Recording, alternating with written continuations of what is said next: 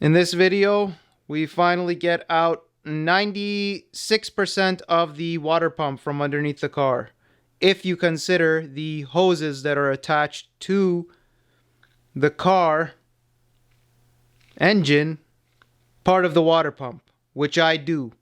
So, enjoy. I did buy the e-torque sockets to remove the thermostat side of the water pump.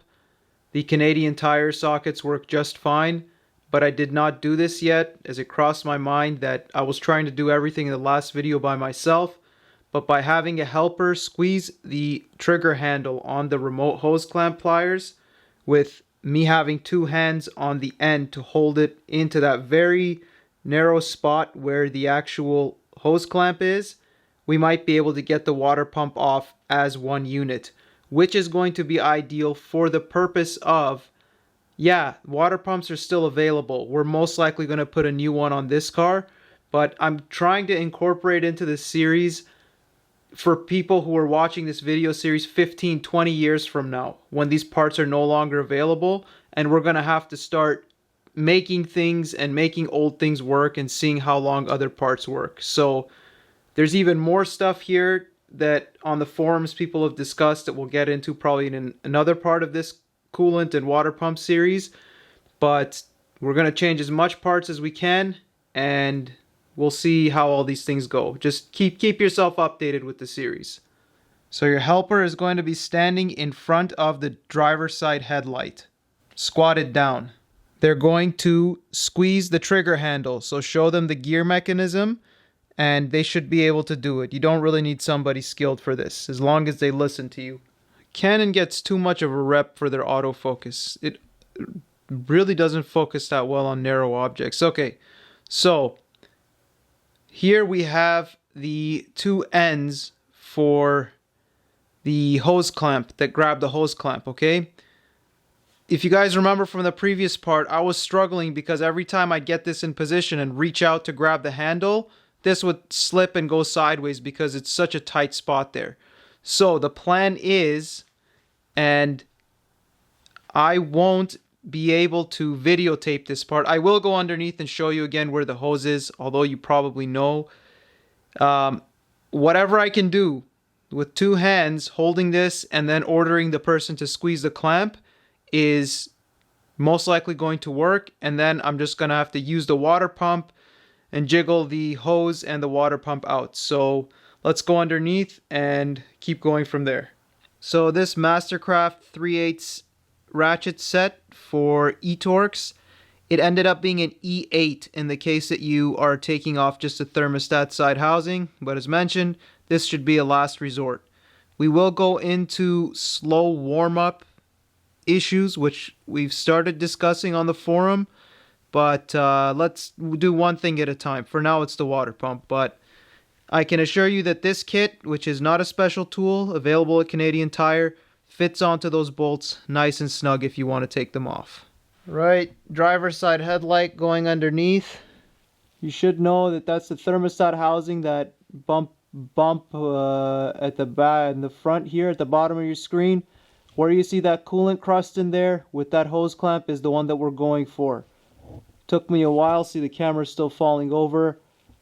Even getting, it's most likely just going to be me with my index fingers in there, just luckily guessing that it's in place while a person outside clamps it. So there won't be a video film shot of this. I might put the camera on the other side, but it is very tight, okay? So don't get discouraged and still try it though.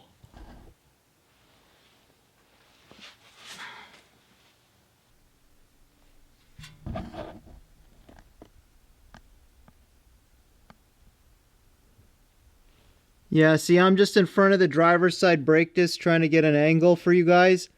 I'm pretty sure it's that hose clamp there, so I'll just set the camera down. If you are able to see something from this backside, good. If not, you should know what's going on by now. So we'll just leave it here while we try to get it off. Okay, so even in that way, there's too much flex with the actual tool. So what it seems is the loophole to this is we're underneath the driver's side headlight. We've come just slightly further down here. This gap and hole here, okay, there's 2 or 3 little holes, but if you feed the remote hose clamp pliers in from here, okay, then you can go underneath, adjust it onto the hose clamp, and then the person can have more access on the outside to squeeze the handle. So we're going to try that, because going in from underneath with 2 hands and the odd flex on this thing, it's just not working out too well. Now, the other thing you need to note is this plastic piece, as you can see, is pretty mangled up on mine. Here's a healthy one on the passenger side. This is just a couple of small Torx bolts in case you need to take it off on that side, but I'm pretty sure you'd be able to feed it over on top of a healthy one as well. I'm going to put the camera back on that angle there so maybe you can see from the back.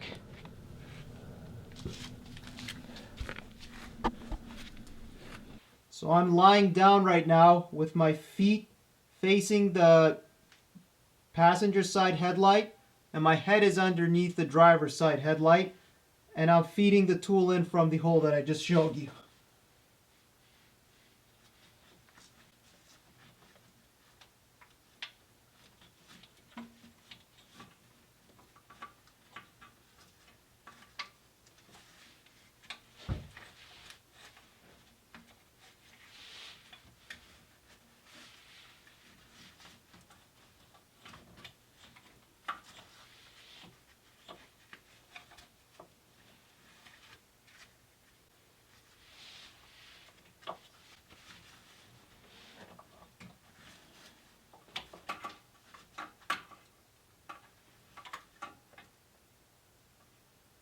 Okay, helper, can you please hold this?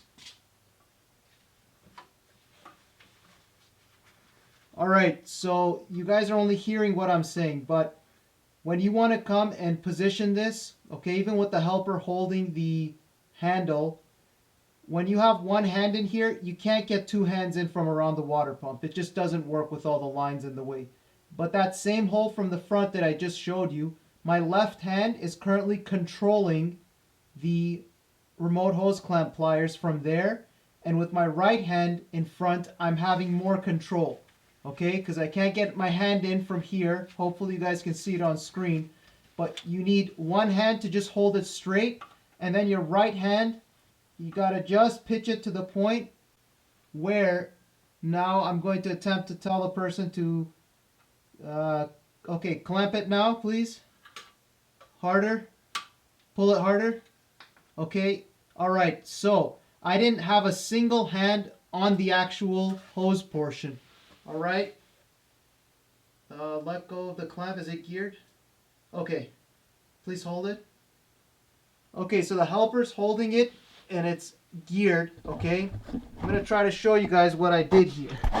I still haven't worked it off.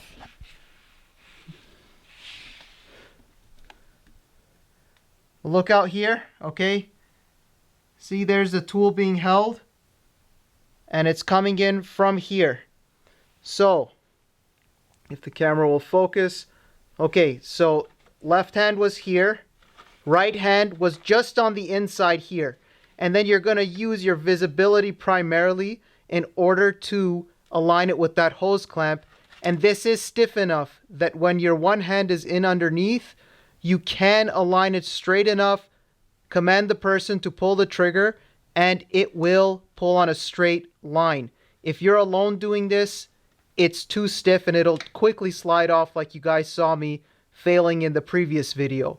So now that this has been depressed and the gear is locked, I'm going to work the water pump and we're going to see if we can get the hose off easily. You're done with your helper at this point, because it has a gear lock mechanism that's going to hold the hose clamp open. Okay. Alright guys, so I'm going to place the camera where it was in the previous series, and hopefully you guys can see in real time me jiggling the water pump and now working that hose to see if we can pull the water pump off with that short piece of hose that we now have the clamp loose on. And again, remember, that clamp is on the aluminum pipe side, not the water pump side. Okay, so it's going to be attached to the water pump when we take it out.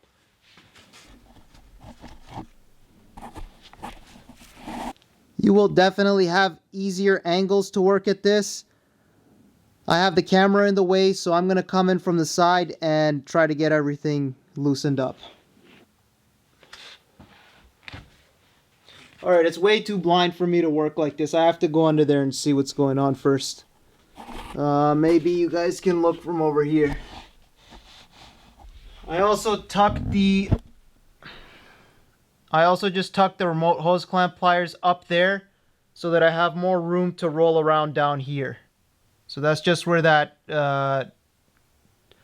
crash bar strut thing was.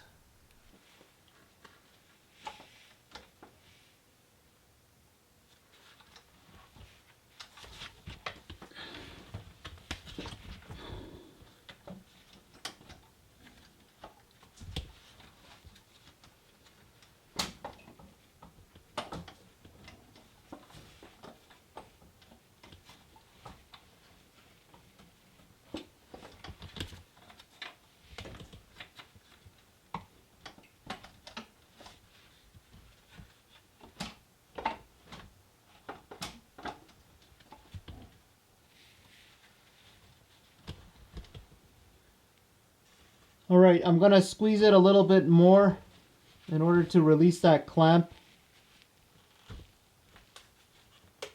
That's about it. That's the final click, so that didn't make a difference. Let's see what happens.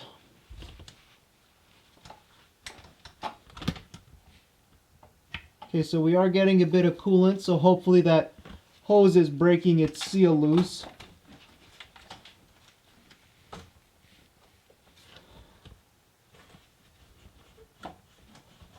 Okay, so right now I'm grabbing from the outside, okay, that the line that goes in that holds the end, and I'm using that to shake the hose clamp, okay, so that it loosens up. And something fell on my head. Okay, that was that. Alright, that's part of the job.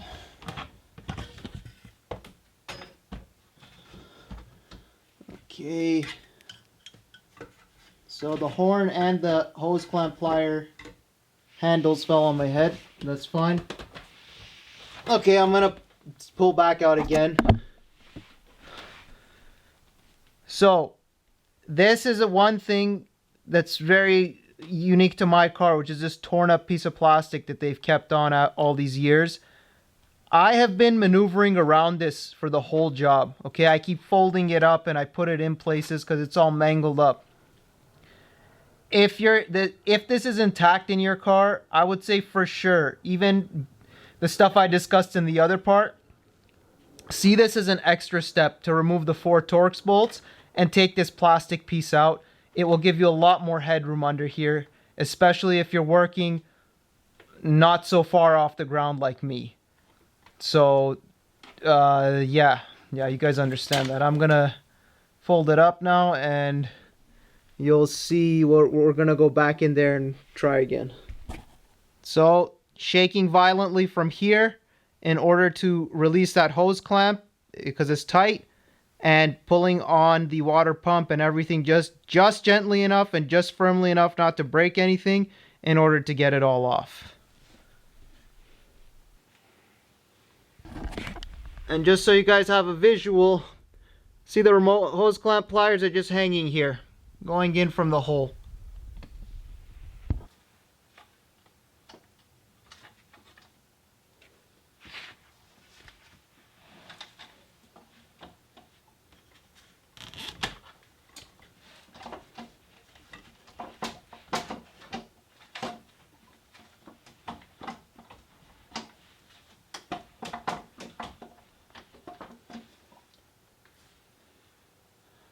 Videotaping business, I'm telling you, it makes this stuff more difficult.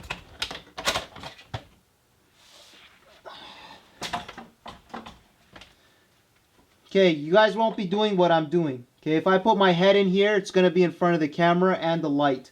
So when you're under here, you're going to have far more control. So don't think it'll be this difficult for you. I'm just kind of blindly going to be shaking this until I get it off because of the camera.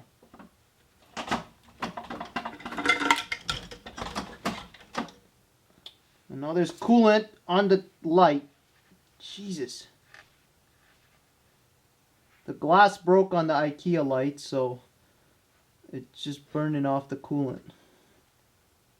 Whatever.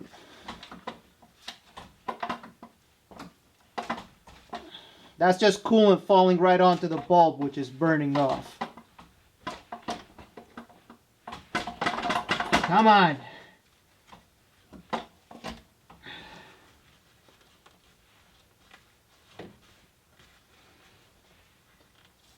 Any second, those hose clamp pliers are going to fall in my eye again.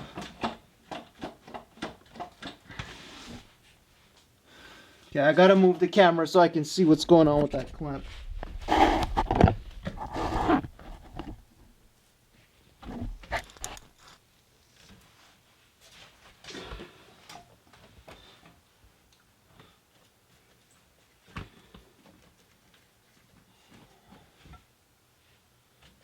This is all in real time, okay? Skip through if you don't want to watch, but yeah, see there, it fell on my head again. So get ready for those stupid hose clamp pliers to fall on your head all the time. But you see, it's watching in real time. It's going to prepare you for less aggravation when you're doing this job on the floor like this. So feel free to skip through or keep watching.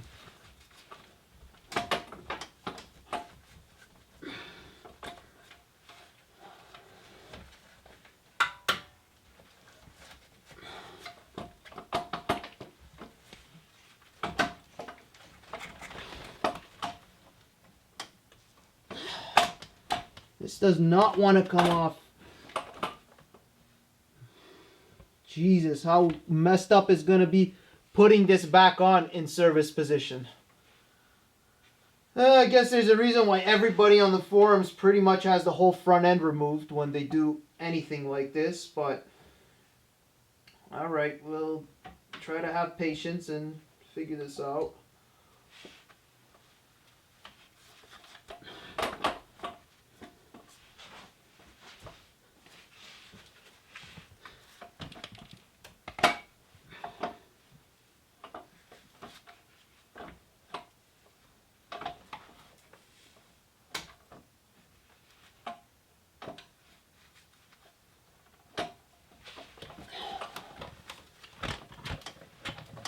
I don't want to pull too hard on this.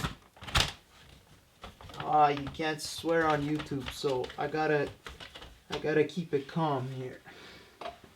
All right.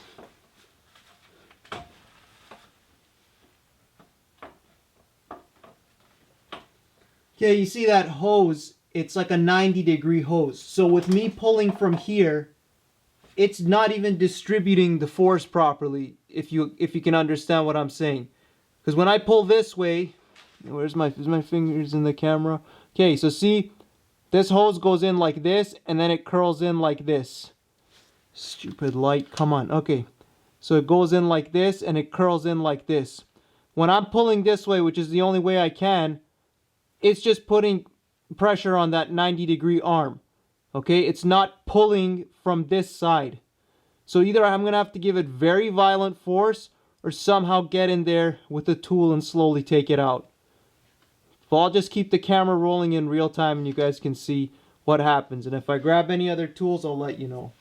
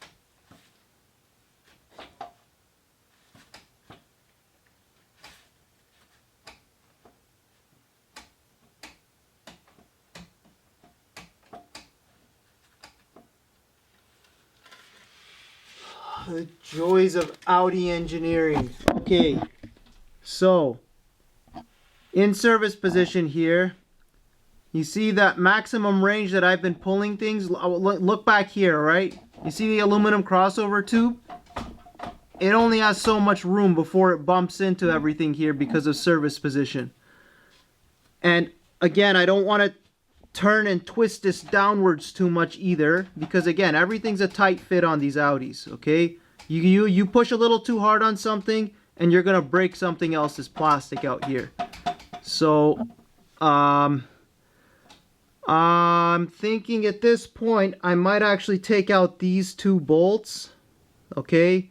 Which again, I'm trying to prevent all this stuff because there's a seal between everything, okay? The more you take off, the more seals need to be replaced, and the more this fiberglass reinforced plastic, as an experienced floor member has said, has potentials of stress cracking and leaking. So we don't want to do this, but hey, if I get stuck, I mean, this seems better to take off than this. So you make your own calls on these things. I'm still going to keep trying, but my next move is probably going to be to take out these two little bolts here. I'll put the camera down and keep going in real time.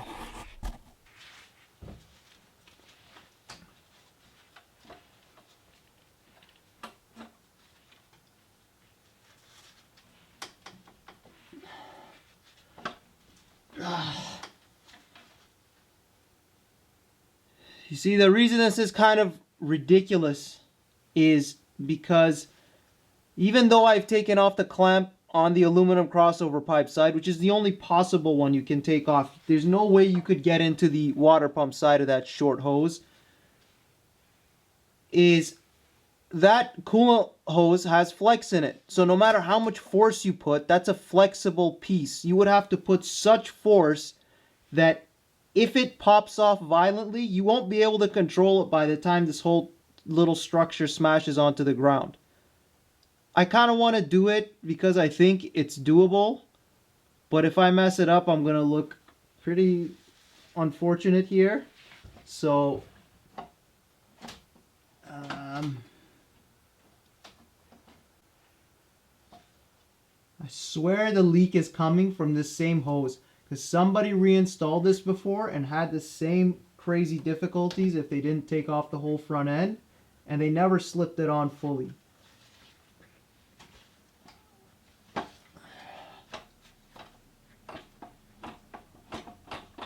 This has to be a joke.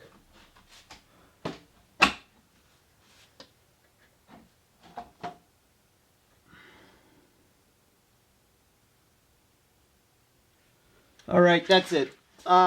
Here's what we're going to do. We're going to unbolt these two bolts on the aluminum crossover pipe and replace that O-ring. And then with two hands, I'll be able to pull the water pump better, and it's not going to be snagging at the front of service position. So if you take off the whole front end, you're better off, but we're trying to avoid extra work. So I will get that off. Oh, I couldn't find my flashlight, and I'm using this ridiculous IKEA thing. When I put my hand in front of it, it's a shadow, and then you guys can't see on the camera. So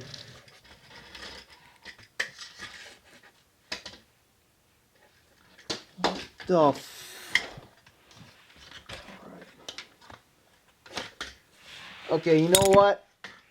I'll just tell you guys what I'm gonna do. You remember this one? Short T30. Okay? This is gonna fit in here to take these two off. They're T30s and there's two of them. If you've come this far in the job, you should be able to do this without seeing it. So if the lighting, I'll keep it rolling in real time, but if the lighting's bad, too bad. You know what to do. Man, how fragile are these cars built? So before I take those off, I thought for sure, okay, there was one more T30 on the other side of this. But when I feel around this is just one bolt. Now I'm even more scared to take it out, because if I damage something on the water pump side putting it on later, good luck to me, right? But yeah, there's only one T30 here. I have to take it out, so maybe you'll have better luck and you got some super pro skills or something.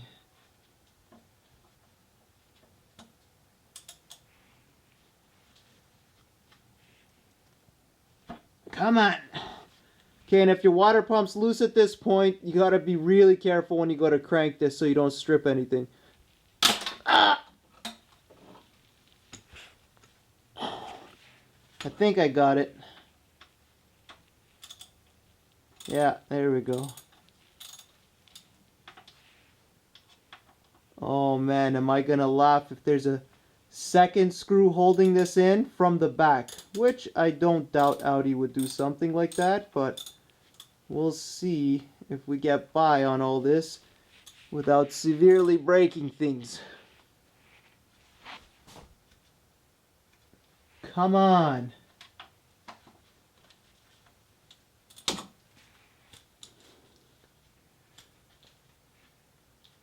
You see all those build threads people do? They pull out the whole motor and trans. Oh, that's the way to do all this stuff. Buy an RS4 if you're a hobbyist. Do not buy one of these because you think it's rare and cool. You gotta be ready for this stuff. Even if you want to take these cars to shops, the shop better know what they're doing.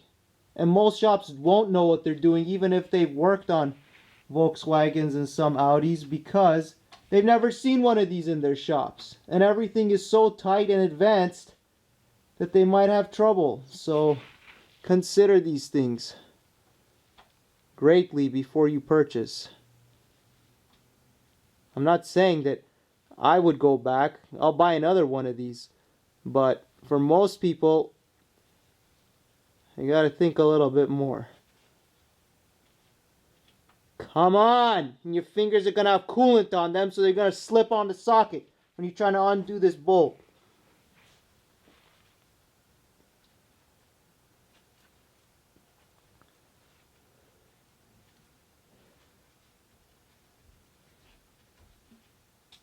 Alright. So, short little T30 came out of there. Let's try not to lose that, but I'm focused on getting this whole thing out. Alright, let's give it a little tug.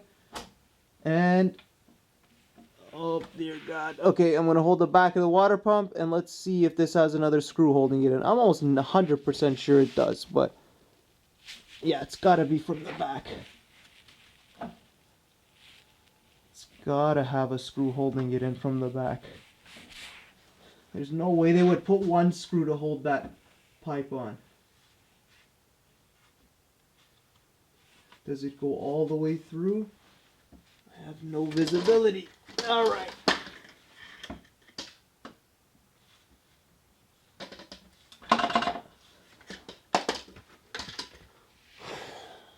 "16 years and the first..."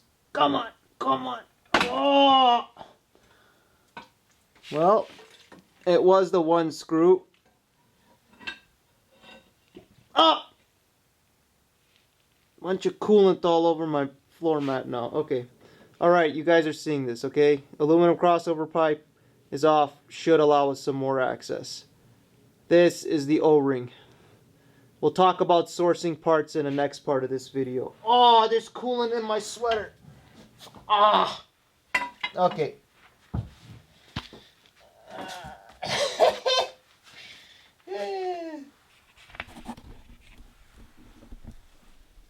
Alright, keeping it real time.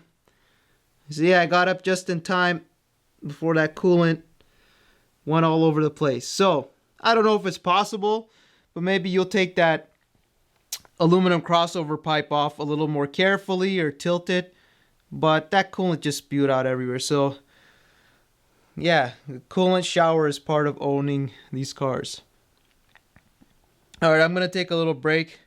Come back and we'll go at it again. You see, taking these breaks, this is stuff I'm going to say for sure, which is what has kept this RS4 in one piece for me, being that this is my first RS4, is the fact that every time, you know, you spend a little bit of time on something, If you take a break, you'll come back, you'll figure it out quickly. If you don't, you're gonna have such a one-sided focus on something, and you have a higher chance of getting pissed off and breaking something. So there's my rant there, and we'll be back, and then we'll try to pull off that water pump again.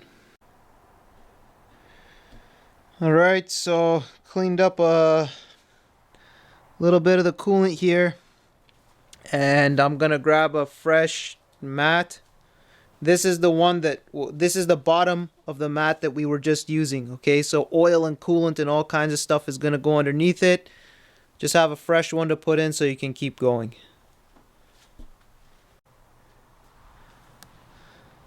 Although it's inevitable you'll get this stuff all over, because it just keeps dripping as you're working, which is fine.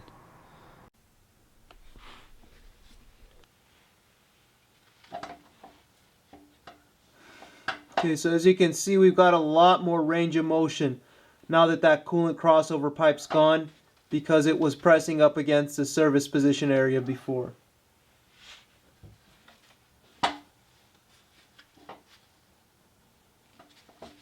It is possible that the remote hose clamp plier hasn't pulled that hose clamp off enough, but angle of the hose is the bigger thing here. So I'm just going to give it a firm tug, holding on it with both hands, and let's see if we get it off. Now we're probably going to break something like that.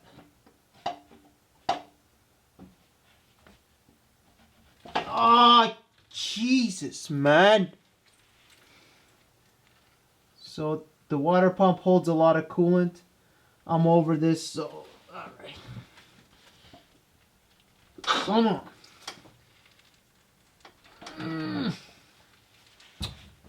Man.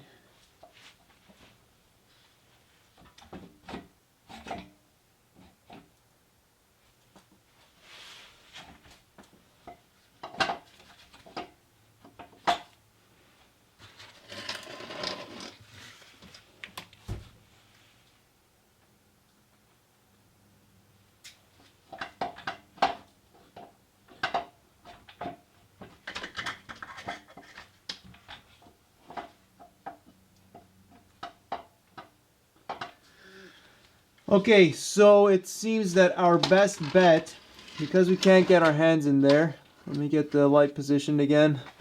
Okay, with the way the coolant hose is on there, with the angle I've described, we're going to pull down this way towards the passenger side and down at the same time. So 45-degree downwards towards the passenger side. Coolant is catching up into my sweater. Let me just wipe it up for a second. Alright, push that back a bit. There we go. Okay, there we go. Two hands, okay, so that you don't break anything.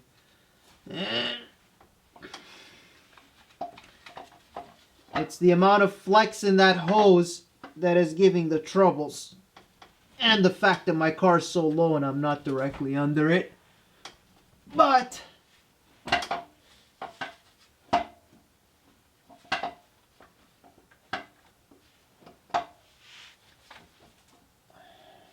okay, so I'm looking through this hole, and that hose clamp seems to be released from its point. Okay? But these hoses after 16 years are so crusted on that, you know, usually you need to use a pick to break the seal loose, or you have to grab it right from the hose and give it a bunch of force. So through the flex of the hose is what we're pulling this. I know I've repeated this a bunch of times, but you guys gotta listen to me as I go through this. The flex of the hose, no matter how hard you pull, will not allow enough force transference to the end of that coolant hose. But I will try with even more force now.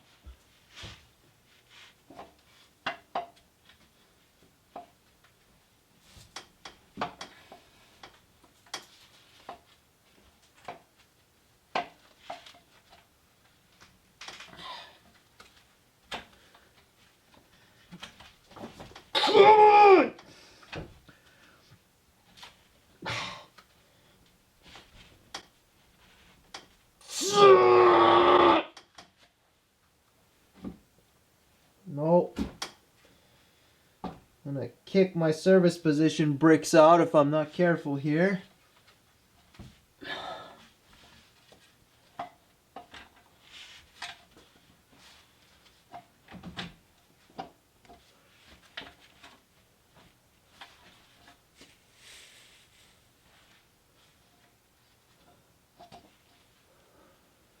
I'm really trying to avoid taking these E-Torx bolts out, but I'm starting to lean towards taking them off because this might not be as big of a deal as people have said that it is.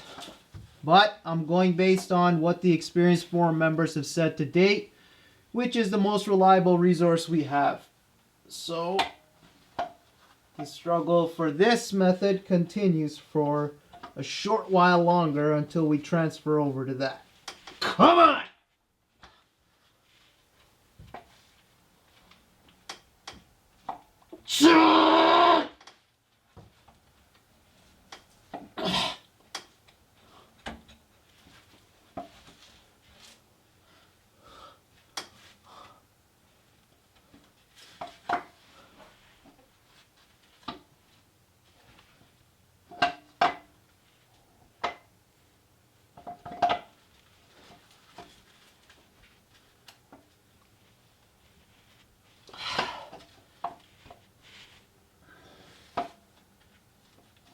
This really makes me wonder what reinstall will be like, even if I get this off like this. My original hunch, I mean, if the forums didn't exist and I didn't have that advice, I would have intuitively taken these bolts off and this would have been far easier. Ugh. Because, yeah, putting this back would be, at least in service position, would be ridiculous.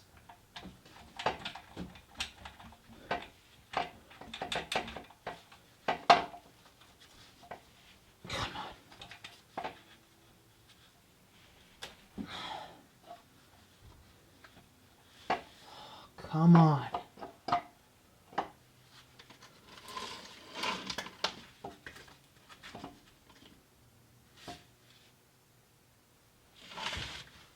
Okay, so keeping it in real time here. I am going to edit some stuff out to make it go a little faster, but know that everything that I've shown you is everything that I've done. It's only sometimes when I move the light around to get better angles that I'm going to delete. I'm looking up there. Okay, it's impossible to show you the angle, but that hose is not budged. Okay, the hose clamp has released. You can see where the hose clamp is dark rubber versus old dusty oily rubber. Okay, the hose clamp is shifted, but the hose itself still has that little gap with that aluminum tube that it's attached to, that it's had since the Coolant Part 1 and 2 videos that you've seen from other angles, that little hose with the crust on the aluminum tube. So you'll have to relate these things I'm saying together by going back to those videos. But because of the couple forceful pulls that I've put, I've worked on cars enough that I know you go any further than this, and that's when things start to break and go bad. Okay, so I am at this point going to, if I can, let's try a couple more times.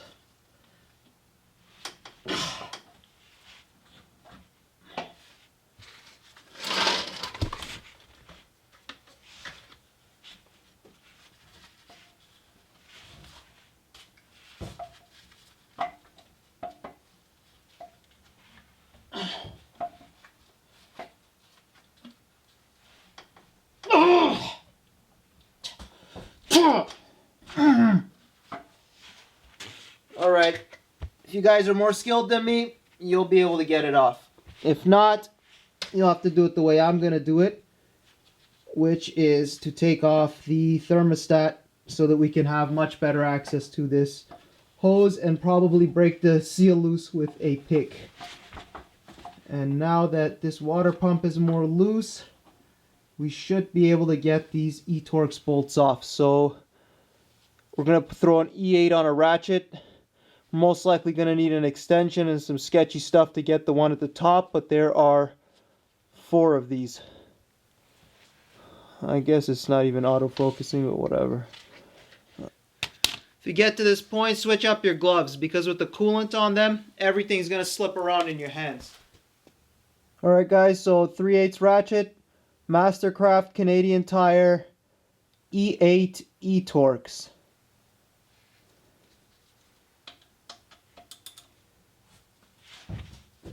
Hopefully we don't strip any of these. If you have been watching the whole series, I would highly recommend you do this far before any of these stages, because this was all experimental, as you guys have seen, based on what the forums have said people have had issues with on water pumps in the past. But we have reached a point where we have to do this. So you see me, I got a wobbly water pump with these rusty E-Torx bolts. This is not a good look, okay?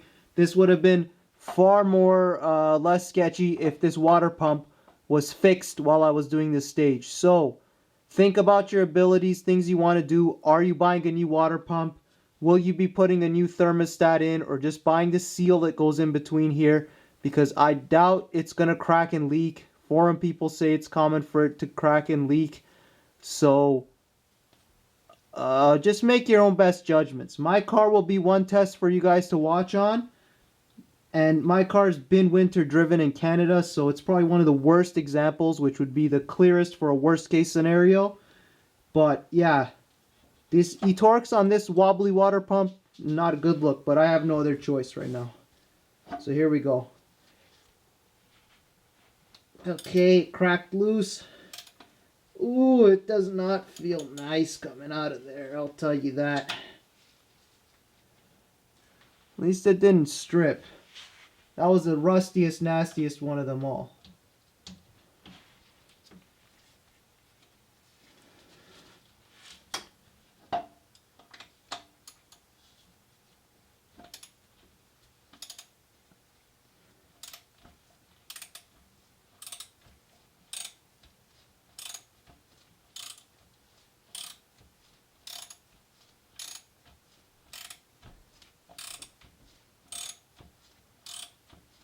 I'm going to keep this all in the video in real time. Go ahead and skip through if you want to, but you could miss small details that might be make or break for you buying $800 parts for this car. So if you own one of these, watch it the whole way. If you're watching for laughs, well, watch for laughs. Do whatever you want.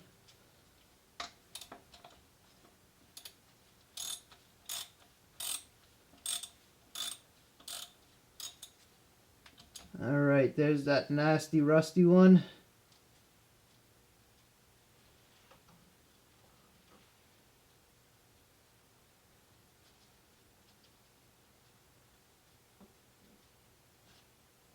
Alright, Canon autofocus. Is it going to do you guys justice here?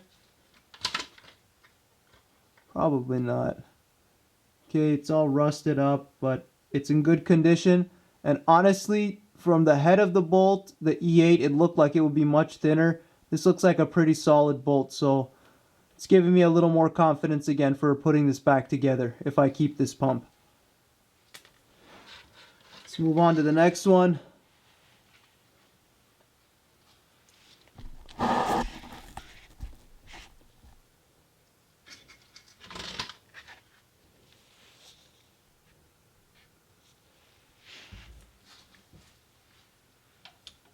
Okay, so this hard line here, whatever on earth it is, you can force it enough with just this setup to get this one off too.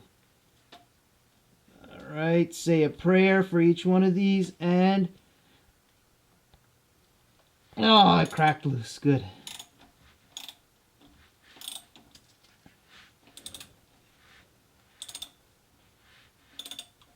Alright, you can see it's breaking the seal there, dumping coolant on my hands. I would say I'm just working with gloves and my sweater's already full of coolant, so I don't care. But gripping stuff gets really annoying with the Audi coolant, okay? So if you do want to follow all the steps that I've done and possibly get luckier, and you get it off before getting to this stage, I'm just going to do that so you guys can see. The coolant's falling on the IKEA lensless bulb, okay? That's what the smoke is. But you can see it's starting to drip because of the seals breaking. But being at this stage, you saw I cracked these rusty ones loose. So you guys might be okay. They seem like they're hardened on the eTorque end side. But having the water pump with play here is actually partially a benefit, because once you crack it loose, you see the back of the ratchet, it seems like it really wants to squeeze up against this line, and it might give you a hard time to get it out if this were in a fixed position. So with this, I can pull it forward a little bit, you see here, and I can easily just take this out. And this is most likely going to help with angles for the top two, which are going to be more difficult. So yeah, just consider that too. So this isn't that bad.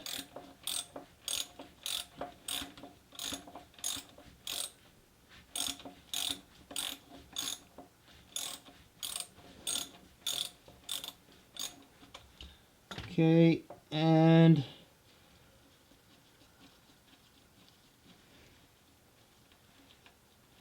this one's out too. Just nasty. Come on, Canon autofocus. My hands are dirty. Do us a favor. Show it to them. Come on. Alright, maybe you can see it. No, you can't see it. Alright, I'm not going to waste time here. Okay, that bolt's crusty. We'll look at it more on the table maybe after. Okay, this looks like the third easiest one, and alright. Is it visible in the camera? Okay. The body of the thermostat, okay, is blocking now. So you will need an extension, a 3/8 extension, just a 3-inch to get this one off, and then we'll move on to the one at the back. So I'll grab that and we'll be right back. Of course you can't find an extension. Jeez! What the No 10 millimeters, no extensions. What's this world coming to?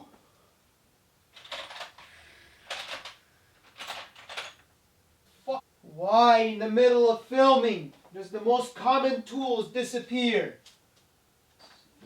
Unreal, man.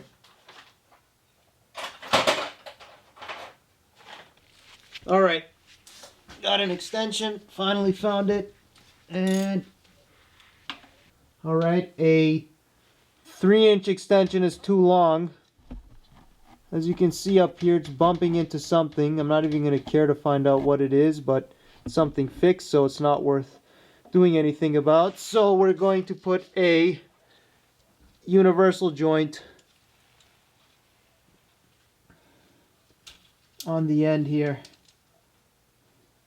Sorry, not there. Slippery coolant. Okay.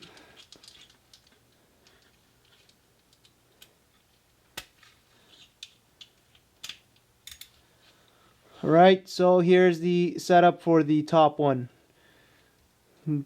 Extension, universal joint, E8. Let's see if we crack it loose. Come on, autofocus. Right, our bolt in question is up here.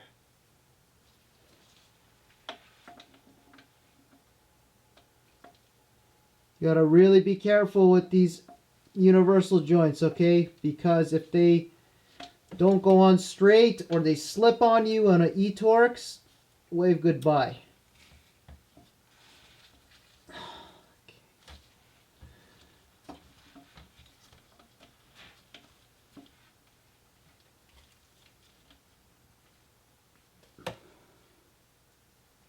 Alright, this one needs a serious prayer. Can you guys even see anything? No, let me adjust the camera before I try this. Alright. Okay, how's that, huh? Still nothing. Jesus. Okay.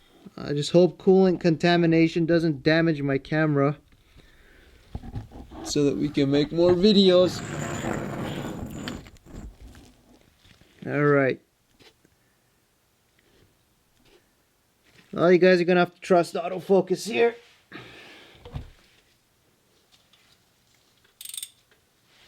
see how we do. Tilt it down a little bit.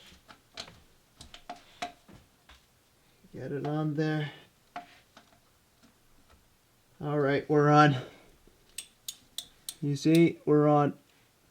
Come on, lighting. Show the video people what's going on. Okay.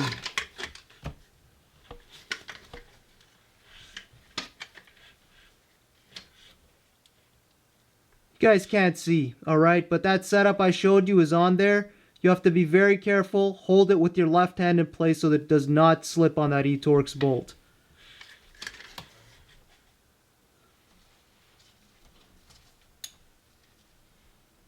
Oh! Okay, it slipped a little on that one. I didn't get it.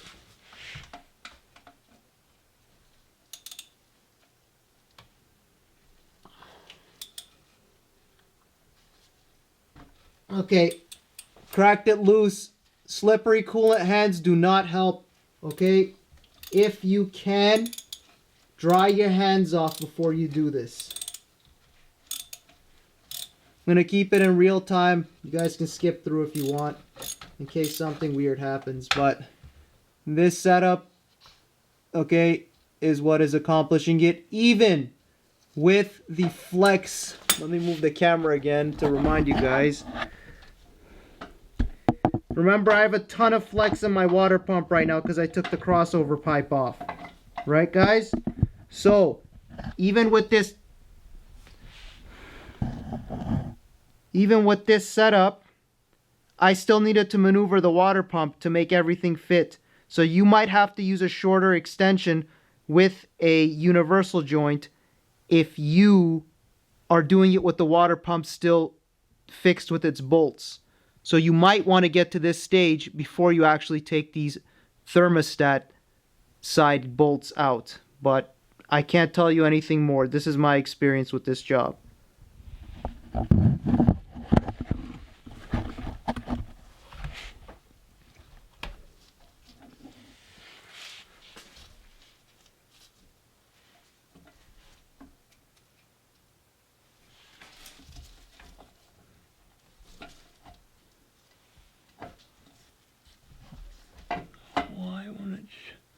Yeah, you guys can't see with the autofocus. This might end up being an expensive water pump job. Because if this camera, the coolant contamination on the camera makes me have to buy a new camera, I'm going to be pissed. But whatever. Okay. This is our screw, okay, that we've been working on.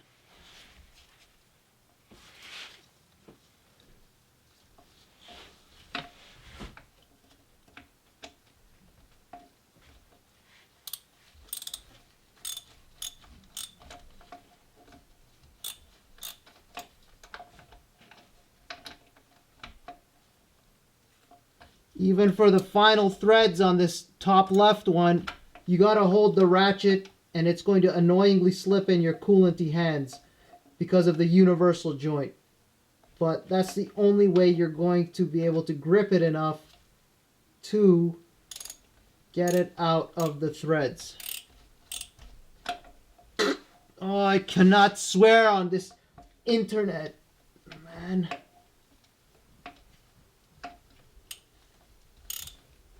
Giving you guys poor angles, and it doesn't matter. You wouldn't be able to see anyways. Just follow the narration, and that's all I can say at this point. Let's get this bolt out.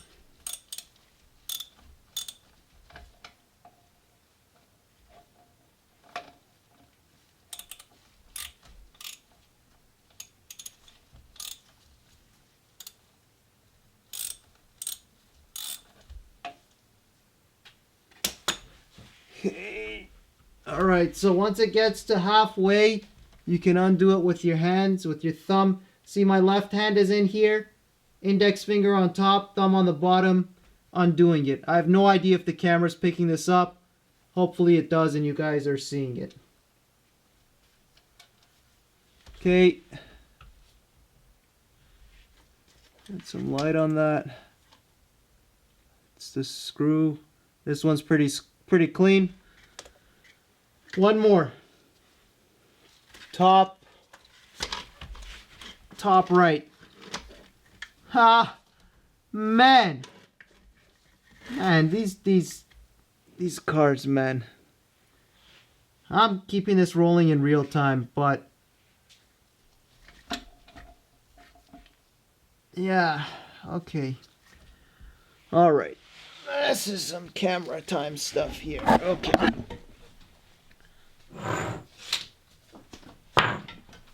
All right. Gotta keep my cool here. All right. So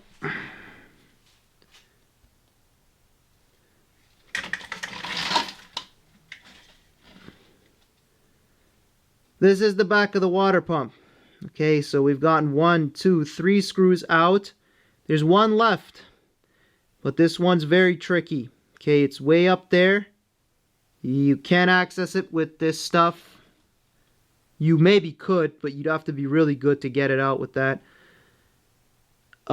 Because of the flex. What seems like it's doable, I'm going to grab a longer extension, okay? And you see all these hoses here? For those of you that have done the carbon clean, I want you to remember the bolts on the throttle body. Remember when you had to gently push down some wires and send in your extension to undo the bolts on the throttle body? This is the same concept here, just you've got much harder lines. Some of them are more flexible. So you're going to have to find a way through all of these, okay, with a straight extension. I don't know, 1 foot extension I'm going to look for. And then very carefully, one hand on the back of the ratchet, one up there, making sure that you've caught onto the E8 Torx, and you're going to undo it. Let me get my stuff set up and we'll come back and I'll try to get an angle on this. Alright, so before we reintroduce the universal joint, if it's necessary, we're going to have to bring it back. But as I just mentioned, that's going to increase your chances of stripping that much more. So, straight extension, E8. Let's go inside there and see what happens.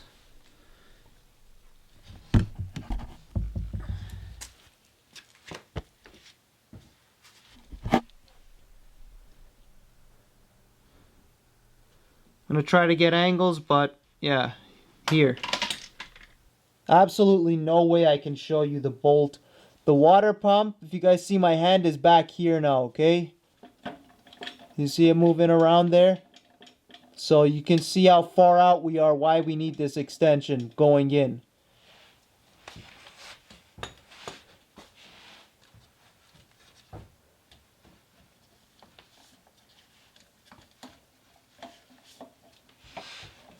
Okay, is it visible on the screen?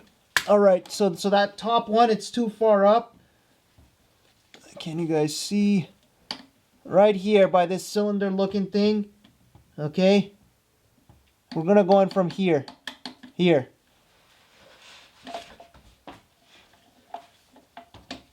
Oh, no, that doesn't work either. Oh, you're kidding me. There's 5 bolts? How many bolts are there? Oh, yeah. All right, guys. So, you see me hear the water pump? There's not 4. There's 5 of these E8 Torx bolts. So there's 2 difficult ones. This is not going to be the last one. The other one's going to be even more difficult. There's one directly on top. I'm trying not to remove any more coolant lines. If I have to, I'll have to.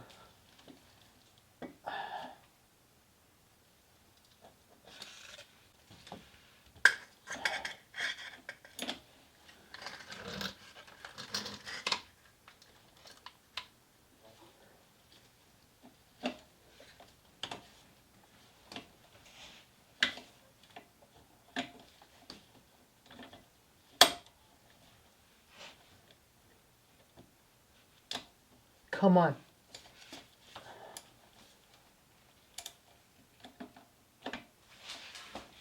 Okay, so I'm just talking. You guys have to listen to this while you're doing it. You're going to have to put, I hope you can see in the camera. I don't care to go back there and check anymore. Okay? you're going to have to push around some of these lines a little more than you would like upwards with the extension, okay, until you can align it, because you have zero visibility to the bolt on the top right. You literally will get glimpses of it, and yeah, pull it down a little bit, get a glimpse of it, try to throw it on. I think I got it. Oh, I'm gonna turn it, come on. Oh no, I don't know. Ah! Ah!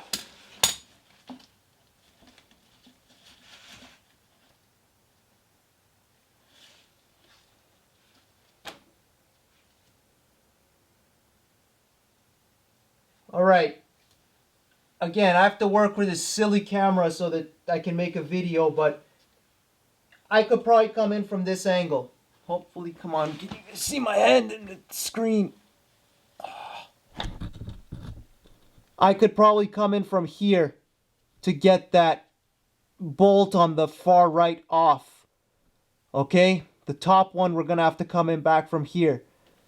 But with this setup and the camera and the light, sorry guys, this is the best I can show you, is from whatever angle the camera allows me. So if you're on your own and you see that it's not working for you, what I'm doing, try to come in from here with a different assortment of extensions and universal joints to get off that E8 Torx bolt.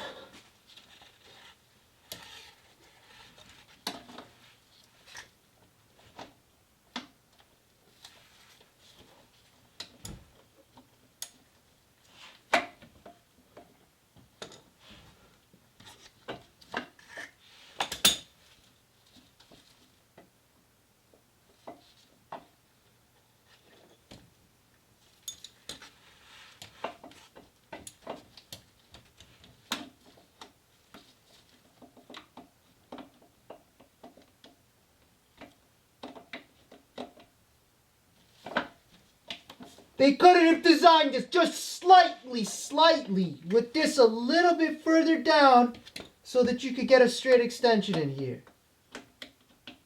These people, man. No consideration for the people who work on these cars, from these engineers. They should make them turn 2 wrenches on the cars they design when they're brand new so they don't even get rust in their little corporate eyes. And then make them go back to the designer table and fix it. But no, planned obsolescence. Who cares? Let it break. Let them not be able to fix it. That's the way of the world, right? All right, I think I have it on. It could be sideways. I cannot see.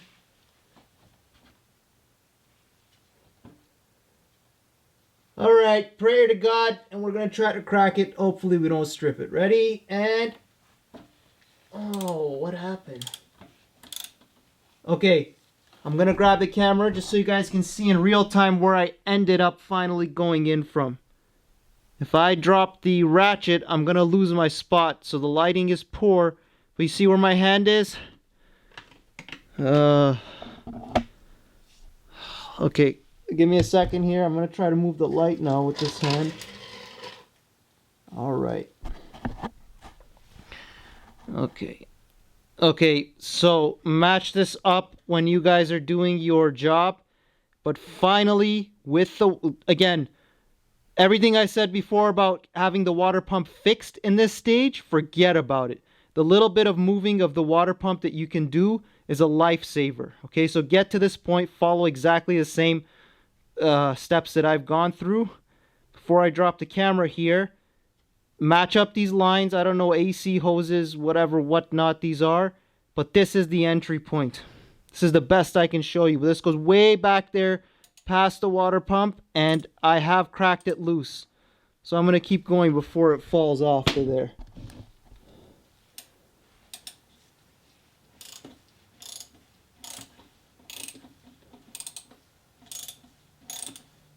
Firm pressure from, you see where my right hand is at the back of the ratchet? You lose that even the slightest, and then you got to start all over. Okay, Did we get it off? Okay, there's no screw on the end of there. I'm gonna go in there and see what happened.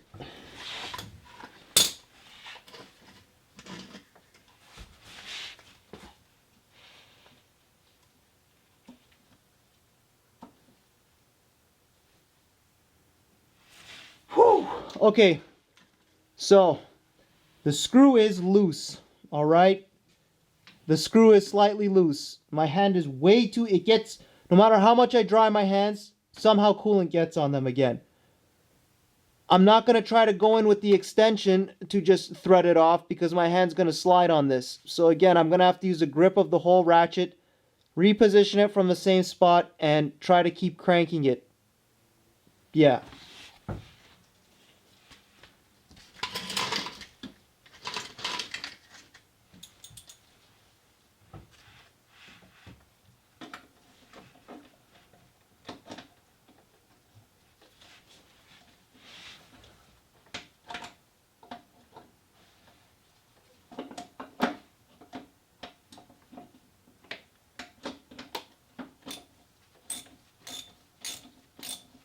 I might be on the screw. Got a camera again. You guys, no, you guys can't see my other hand. Let me bring it down a bit. Man. Alright. Yeah, if you don't have a camera in your way, this screw that we're doing right now, which is the furthest top right, okay, so the closest to the steering wheel, you want to go in, stick your head way under there, and looking in from somewhere back here, you will be able to get a better visual to throw your ratchet on, okay? I'm not doing it for the camera. I've probably said this 6,000 times by now, but just trying to make it easier for you guys. See, I don't know if I'm turning thin air right now or if the bolt's coming out.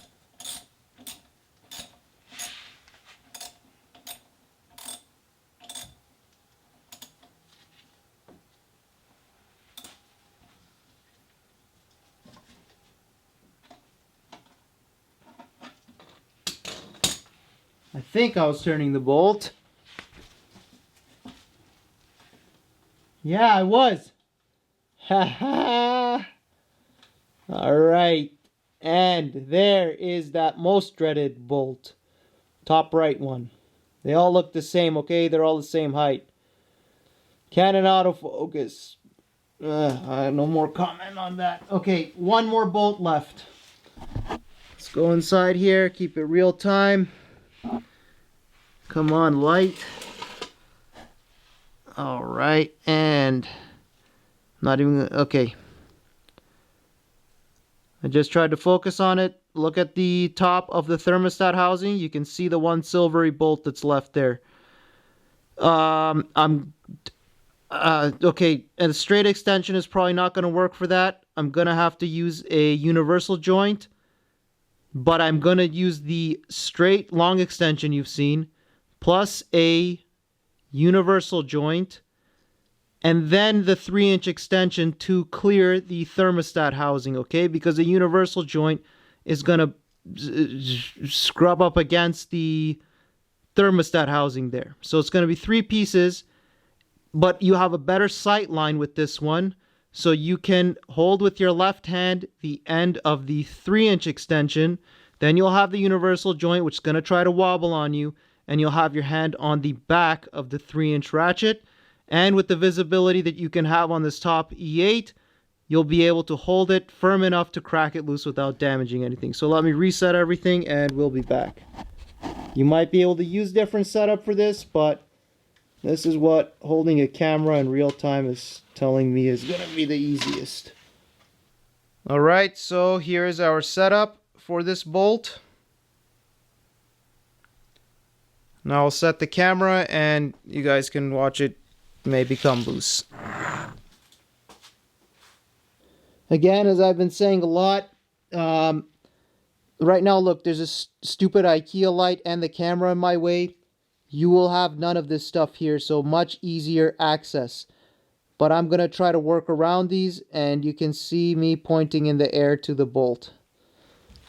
By the way, if you do have these IKEA lights, these old style ones, I'm dissing it because I'm kind of pissed off during this job. But these things are gold now, okay? I went to IKEA recently and they have these terrible strip LED desk lights now. They're just not as nice and they can hit your eye directly. Whereas these are legends. So if you have them, take care of them and fix them. I have a few of these and I'm going to refurbish all of them. This stuff is all up my face. Okay. No, impossible. Okay, you guys know where the screw is. Okay, you're seeing it right now. I've pointed at it 100 times. I'm going to move the camera to the side and I'm going to use a setup that I just showed you guys as promised. Okay, and I'll tell you if I'm able to get it out. Because impossible for me to get it with all this stuff in my way. I'll still keep the camera rolling though, in case you can see something maybe.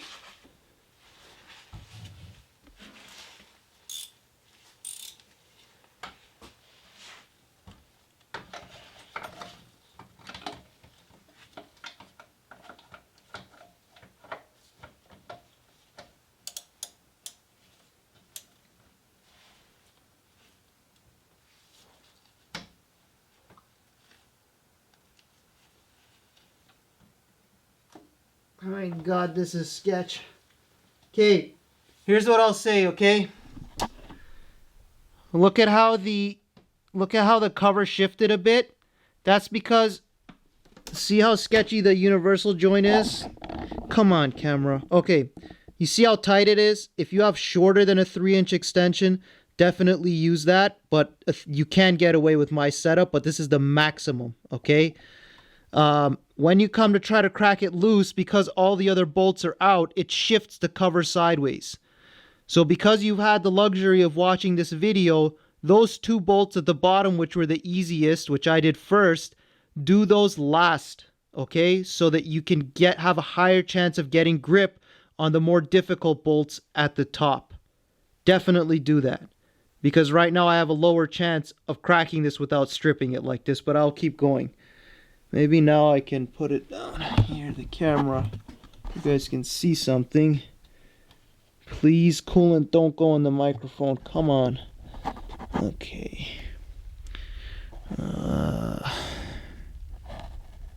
Alright. Come on, autofocus. I don't have 4 hands. Come on! There we go. Okay. So, that's the best I'm going to show you guys. I'll put the camera off to the side. And if I crack it loose like this, I will tell you. But definitely put your left hand way up there so that universal joint doesn't take on a mind of its own and start stripping stuff and falling sideways.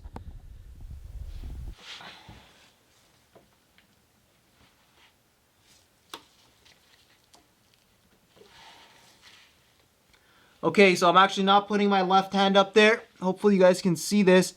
I'm actually increasing my angle to get it closer to as much of a straight shaft as possible that it could be, because universal joints operate better the more straight they are. The more angle you give it, the less of a chance it's going to work successfully. So I'm just squeezing up against the lines gently at the top until I can get this as straight as possible to crack it loose. Meanwhile, I am paying attention that my E8 is completely on there.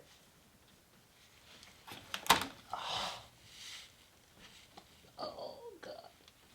Okay, guys, I got it cracked loose, and I'm taking it off. But I'm telling you, my E8 was not perfectly straight on. Okay? Which means, when you are doing it, let me pull this out before I get the whole bolt out, okay? So I got it cracked loose and I'm going to get it out. But this section, okay, shorter than this, half this length, is your best bet. Or if you have an E8, I don't know if you have some expensive snap-on tools, which you have a shorter E8, that's what you want at the end of this 45. Because with this amount of extension with these general hardware store tools, this was just too long that there was a slight angle on the grab point here. I got away with it. I might use this when I put it back. I might not, but a point worth noting for you guys.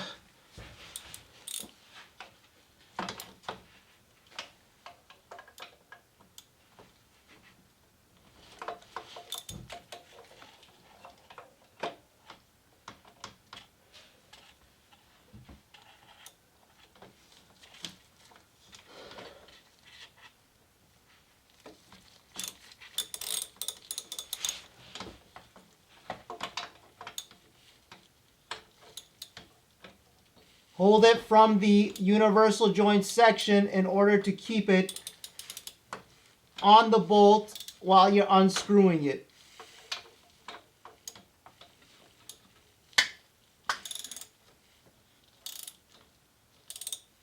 I don't know if the camera's showing you. Okay, I gotta show you guys this. Okay, so see, for the initial cracking loose, what I was saying about 45-degree universal joints is true. Okay, they do not do very well on extreme angles. But once you cracked it loose, you could give it all the angle in the world. Look at this right now. Look at where I'm holding it with my hand. This is cracking it loose. The universal joint is at its maximum, almost 90 degrees of play. So you can do this once you've cracked it loose in order to get it out. Slippery coolant hands, you want to do it like this. You don't want to just take off the end of the sockets and use just that.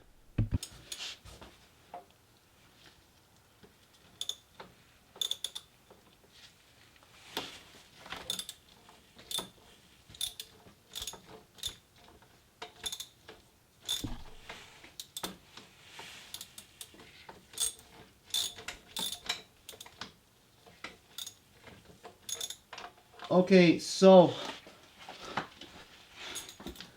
with this amount of extensions, again, repeating, the shorter the extension, the better. This is the maximum length. I've got the bolt about halfway out, and that's it. Now my universal joint's bumping up against some kind of a hard line in there, so I'm going to have to go in with my finger and undo the rest. Just dry your finger and thread the rest out by hand. Okay, you guys get the idea.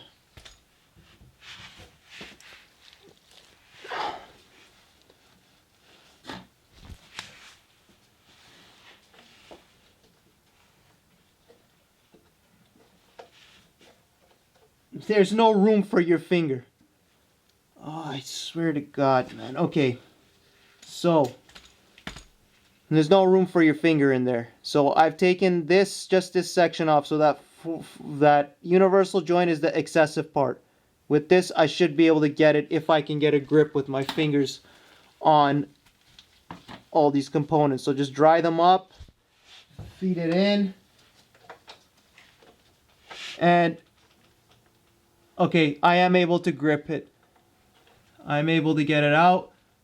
It's going to take a little bit of force, but if you wrench to the point that you're working on this car, you better hope you have enough strength, precision, and control to be able to do a maneuver like this. Alright, and now that thermostat casing, okay? This is all in real time. Can't see it because my hands are in the way, but I'm holding it. You see my thumb here? I'm holding the thermostat housing with my left hand, because if this screw comes out, it's just going to fall on the floor and it could crack, okay? So hold that with your left hand, thread it out with your right hand, and make sure to hold up the thermostat housing so that that screw at the top comes out, because, again, the people on the forum have said that people have issues with these when they put them back, okay? You don't want to bring that screw out sideways and ruin your own threads. So, yeah, don't do that. Okay, alright, there we go. Screw out. Okay, 5 screws out. They're all the same length. We'll look at them on the table. And for this step of triumph, pulling straight out, because there's most likely a spring for the thermostat in there. We're not going to go all sideways, okay? The seal might give a bit of difficulty. It's my first time doing this. But I'm pulling straight out. You're seeing this in real time. And we are out with the thermostat side. Okay. I've set it down, keeping it real time. Get a look there. This is going to go on the table so anything else doesn't get lost. I'm going to take a break and we're going to come back and get that pesky hose off. Okay. Alright, so here we are. Now, look at me moving this. Hopefully it'll give you a visual. We're right here behind this bolt hole. Okay, come on, focus. Okay. Alright, before it focuses on my finger, that bolt hole. Okay? I want to get it all in the shot. Okay. Alright, so of the 5, this bolt hole here. Right behind that is where that little 90-degree almost hose is. You see, let me manipulate it from outside. Okay. You guys see the little cord moving up there? That's from the remote hose clamp holding the clamp in there. I'm going to reach in there now that I have more space, and I'm going to pull. Oh man, there's no angles here. Okay. No. Okay, I'll have to try to use visual cues here.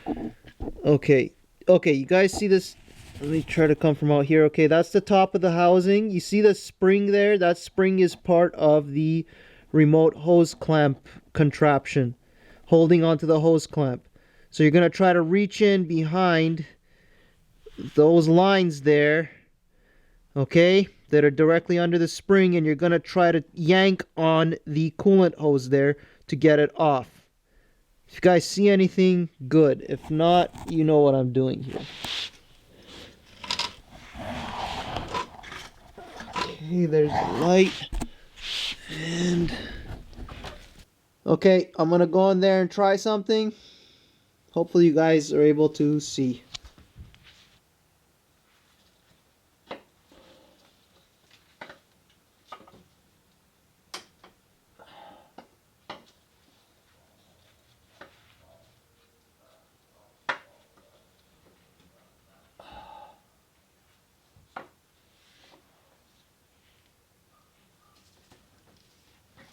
Okay, so I'm gonna try to remove the hose clamp. I'm working the hose clamp a little more now that I have access in here. Okay, Jesus. Alright, try to stay with me here, okay? This is the water pump thermostat housing. Now, you guys see back there that little electrical connector? That plugs into something. I don't know what it is right now, but it's got two little wires going into it. And right now, see up there? See the hose clamp pliers with the spring? Hopefully you see it there. When you try to stick your hand in here, you have a very high chance of tearing those wires. Be as careful as possible. I can't hold the camera here while I do it, but for a visual, what I'm doing here, imagine looking from here for everything that I'm saying and where you're going to be working. Now that hose clamp, I'm still jiggling the remote hose clamp plier to try to break it loose even more so that I can pull that hose out more easily. I'm going to put the camera down, we'll keep it in real time and keep going.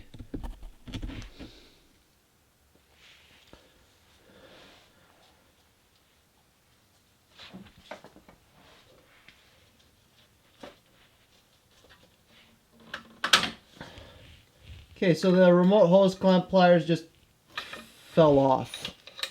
Great. I'm not going to call my helper anymore because now with this access I can put it back on myself and clamp it again. But I am going to release it, and I hope to God that this has enough range to actually release that hose clamp, because it is a smaller one. It's still coming in from that access port that we started the video off with at the front. Yeah, see, I can do it by myself now.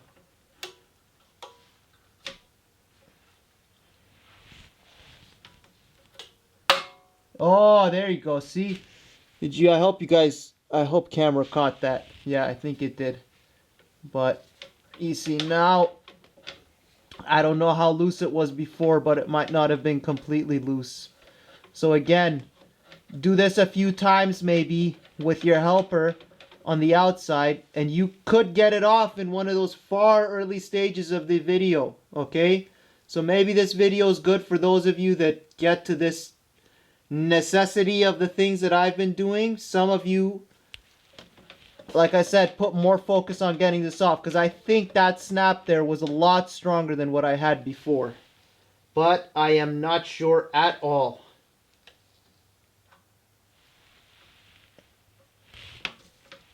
Okay, this Princess Auto one is junk.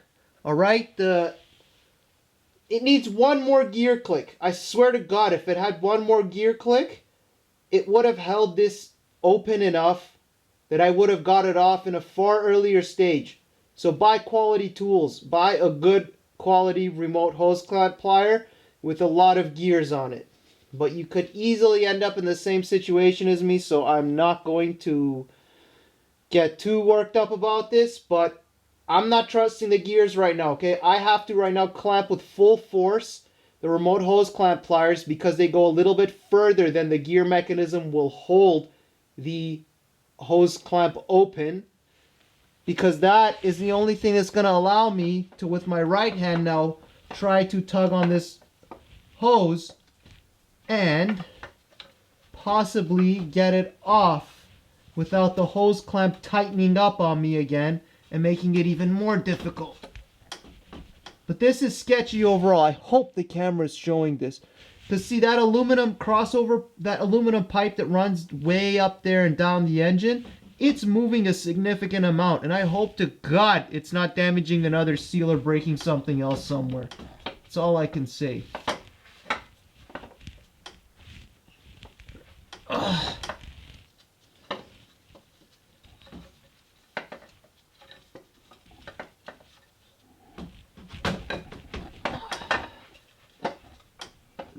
This does not want to come off.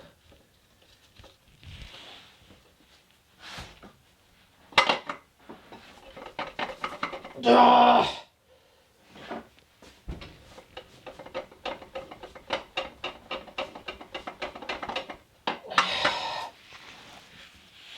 Nothing.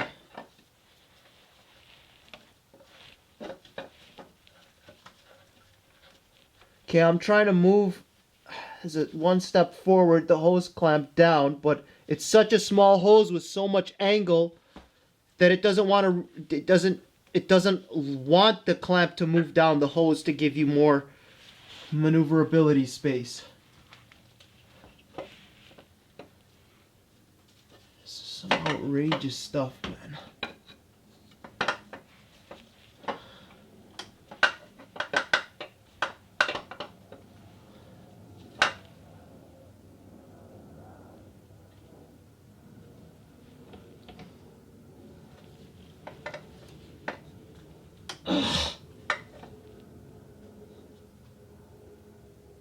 I mean, I'm gonna try now. Oh, come on, please tell me that everybody's been seeing everything on video here. Yeah, it's up there. Okay, I'm gonna try to slide in a 90-degree pick in here. I've taken my hand off the remote hose clamp plier, okay? Hopefully it's holding it open enough. I think it is. But with the clamp in the way, throwing a 90-degree pick in there to break the seal loose is going to be quite difficult. And it's not on a, you can't see it from here. In Coolant Leak Part 2 or 1, I can't remember. I have one shot coming in from the driver's side wheel well that shows this. And this aluminum pipe has a lip on it. And anything with a lip makes it difficult to throw a pick inside. So this hose is definitely toast and you're going to have to get a new one, which we were going to do anyways. But yeah, let me see if I can throw a pick in there and break the seal loose, even with the hose clamp in the way in an open position, because the hose clamp is not moving further down the hose. Alright guys, I doubt I can get the camera back in as good of a position as I have it right now. So the picks I'll show you later on the table if I remember, but you've seen them in other parts of my series, okay? There's one that's about a, I don't know, 14-inch 90-degree angle pick, and then the other one is a Titan 6 or 7-inch smaller 90-degree pick. I highly doubt I'm going to be able to get this 14 to 16-inch one anywhere close in there, but this would be able to break the seal. I might use one or two of the shorter Titan 90-degree picks to just at least lodge into the hose, and I'm going to yank down on the hose until everything comes out. So step 1, the bigger pick. Step 2, one small 90 degree. Step 3 is going to be 2 small 90 degrees. Let's see what happens.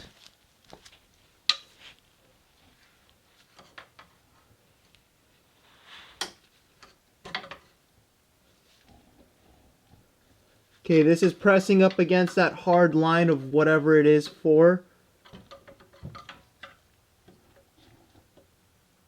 Okay, I think I got it in.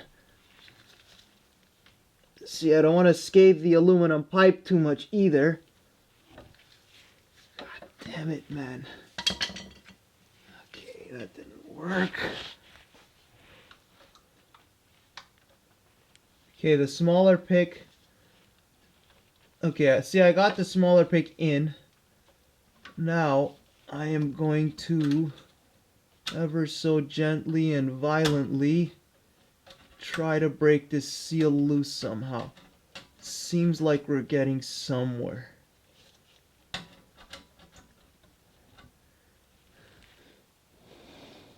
Okay, I'm looking at the camera screen. Okay, guys, this is the pick I'm using. It's a small 90-degree Titan, okay? And I'm working my way around. Come on, autofocus. Get it back there. Okay. Into our work area.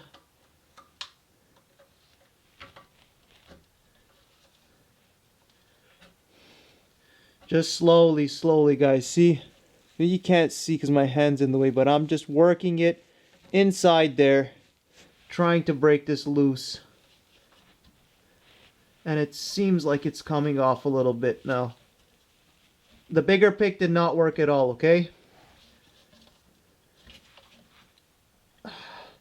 Okay, so that hose clamp is clearly still tight on some spots because I can only get this pick around so far.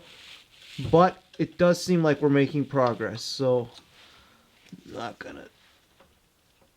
Okay, alright, so I hope it's been auto-focusing for you guys.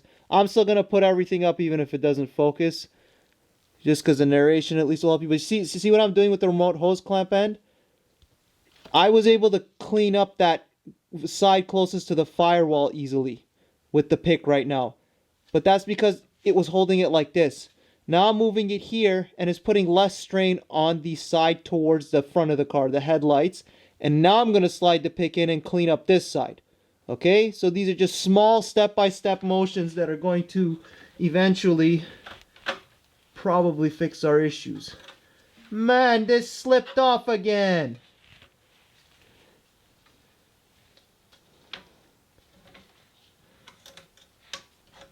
Okay, I am gripping the hose clamp pliers with my left hand while I'm doing this, so that it hopefully gives it that tiny bit of extra opening. Just get your pick up against the aluminum pipe and try to pull in, out, clean as much as you can, break the seal. You guys see where I'm working? Let me... Right here. You can see something in the camera, but... Just the fact that you guys will see that I don't skip any steps in my videos, like all of you have always seen. That's all I ever cared about on YouTube. I wanted people to show me absolutely everything so that I knew positively I could do a job. So... This video is 6 hours long. Appreciate it for what it is, because I would if somebody was making this versus a 2-minute video that doesn't show any of these outrageous difficulties of the job, especially working on these kind of cars.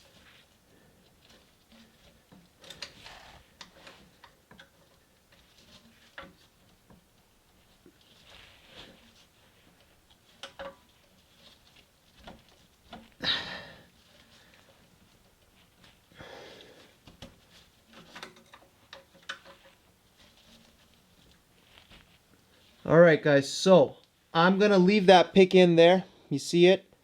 And I'm going to try tugging on it one more time. But we've only broken up, I would say, about 1/3 of the seal. And then the remote hose clamp pliers are only helping so much. So, time to pull on the water pump again. Nothing still.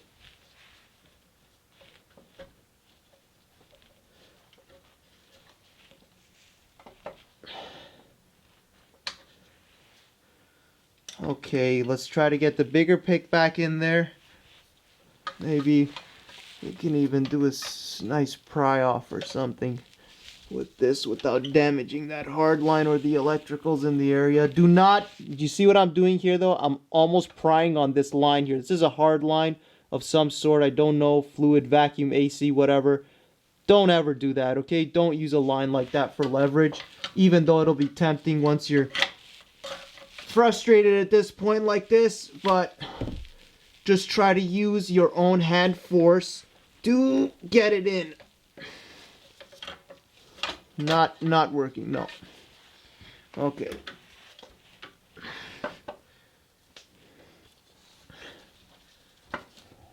All right, my friends. Here's what I'm going to do. I did this in my Volvo heater hose series. I should have done this a lot sooner on this one, but I don't know if I would have had the access. But when it comes to old coolant hoses, I believe in the large 90-degree pick into the old hose that's going to be replaced, poke a hole through it, and then yank everything out with full force. We're at that point now. And my battery's running out, so I'm going to charge my battery, come back, and we'll do this right after that. Alright, we're back. It's stabbing time now. So, here is the pick, 90 degree. I'm going to go in and okay, I gotta focus it here. I don't know if you guys can see that. Okay. Okay, let me get this lighting fixed up. Alright. Okay. So, here is the thermostat housing side. I'm coming in from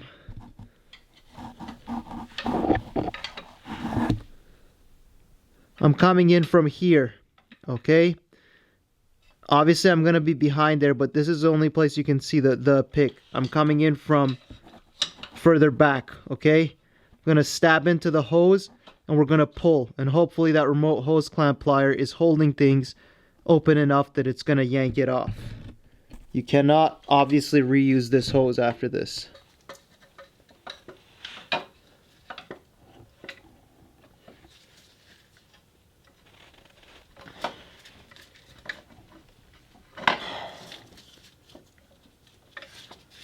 Some good quality hoses. Doesn't stab through easily.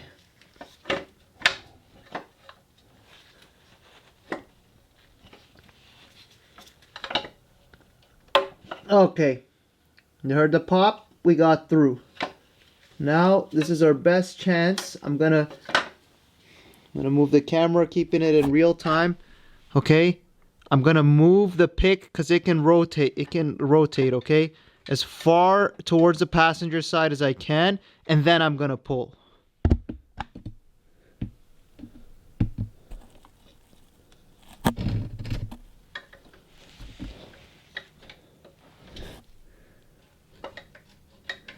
Moving it around so you can see. I kind of stabbed it in the middle there, okay? A little bit further down than the hose clamp. There it is moving. Okay, there it is moving.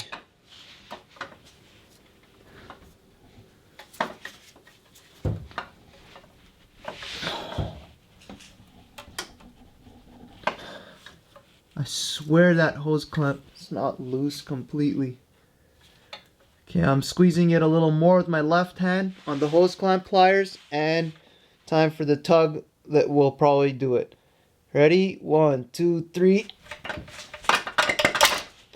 Nope. Dangerous. When the pick came down, I almost took out this wire for the oil level sensor. You gotta be a lot more focused. This is harder than a Volvo. Going back in the same hole I made, only this time I'm angling the pick towards the driver's, the steering wheel, and I'm gonna pull with both hands down. I swear that hose clamp can't be loose, because this is just starting to tear the hose open, and I don't want to lose too much hose. Princess Auto Tools. Man, junk ass.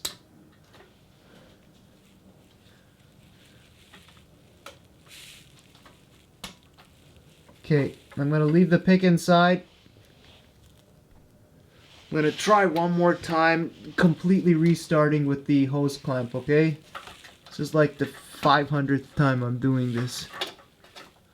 But again, with the thermostat housing removed, this hose clamp is far easier to adjust.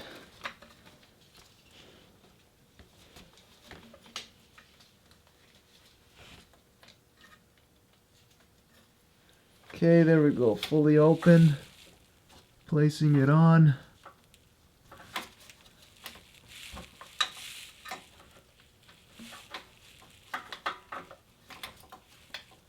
Still a fumble fest, even with the... Oh, I shouldn't have taken that off fully. Okay.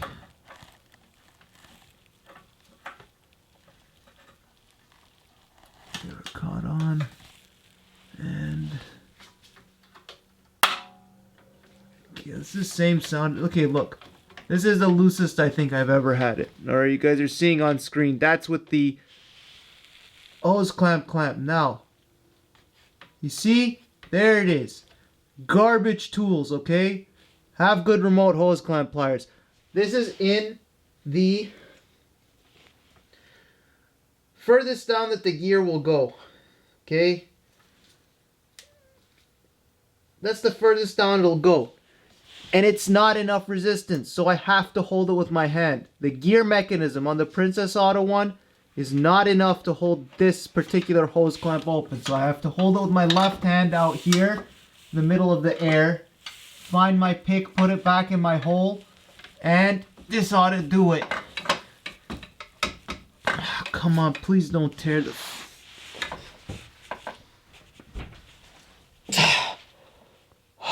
Be careful not to slip your pick onto any wires.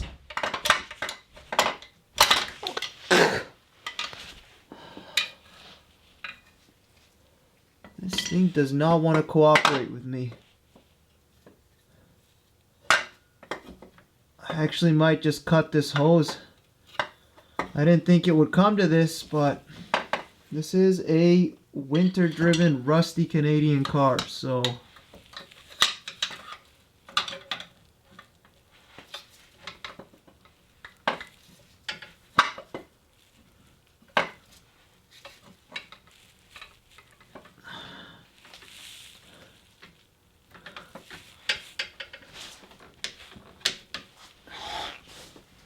What keeps happening? I'm gonna try the hose clamp again. This is such a low quality tool, my god.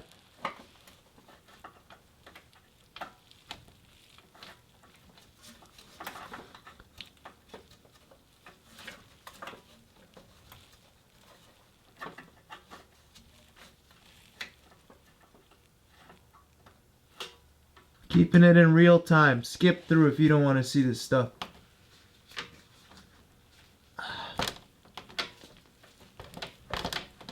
See that's as loose as it'll get, but you don't have any real sight line. Yeah, see, I'm looking at it from up here, and the hose clamp is loose. I'm not going to move the camera, but it's loose when I hold it as hard as I can with my left hand. So this hose is so seized in there, it needs the seal broken. And it's not coming off, even with my stabbing method. Ah! Okay, I'm gonna try something else.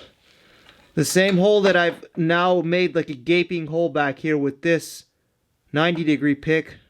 I'm gonna try to go in with a straight angle or odd angle pick from my hole, and I'm gonna try to break the seal from the inside of the hose. Alright guys, so if you go back to the other part of this water pump series, okay, what I'm holding here is a straight pick. I don't know what this is, like a foot long with the handle. There was one with a squiggle end that I said I gave away to someone, that would be the most ideal pick again in this situation to go in and break the seal from inside. But I'm going to try with the straight pick. This has a higher chance of punching through. Don't mind the lack of autofocus. So I'm going to find the hole that I just made with the other pick. You got to watch out for all these wires in here, okay, when you're moving this stuff around, because it scrapes up everything.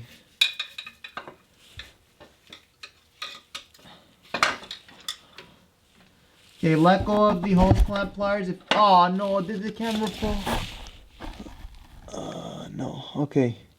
It's a good enough angle. Alright, okay. So, find your hole. Let go of the hose clamp pliers. If you have done this. And let's see. Alright, so I'm in there. Now I'm going to grab my clamp pliers again. This is probably not going to work. Okay, so I'm punching through with it somewhere. I can't even see. You don't want it to go too far. But it seems like it's just going in there.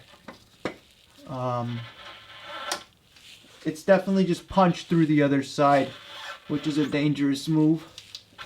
But I pulled it out. Okay, we're not doing that. Yeah, I'm going to just cut this off and then try to get it off the hose. I have had enough of this.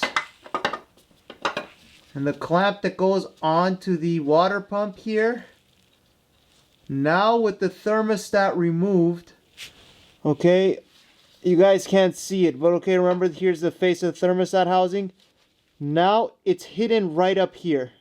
It's hidden behind this bolt hole. I'm gonna try to squeeze onto here, onto the clamp that's the other end of this short hose, and we'll see if we can do it, but it's all blind. You might have better angles without a camera in your way, as I've been saying throughout this whole series. But it's still pretty tight stuff. So we're going to stop caring to do that one. Just going to feel our way around all these wires. Again, sensitive little baby wires. Okay. And... ha! No, man. No. I'm not taking a risk around those wires with that. Okay, I think the saw's finally going to come out like I had thought. And... you know what? No saw. No. I'm going to keep using the pick. Angles with the saw is going to be way too difficult for this. So, back in goes the hose clamp pliers.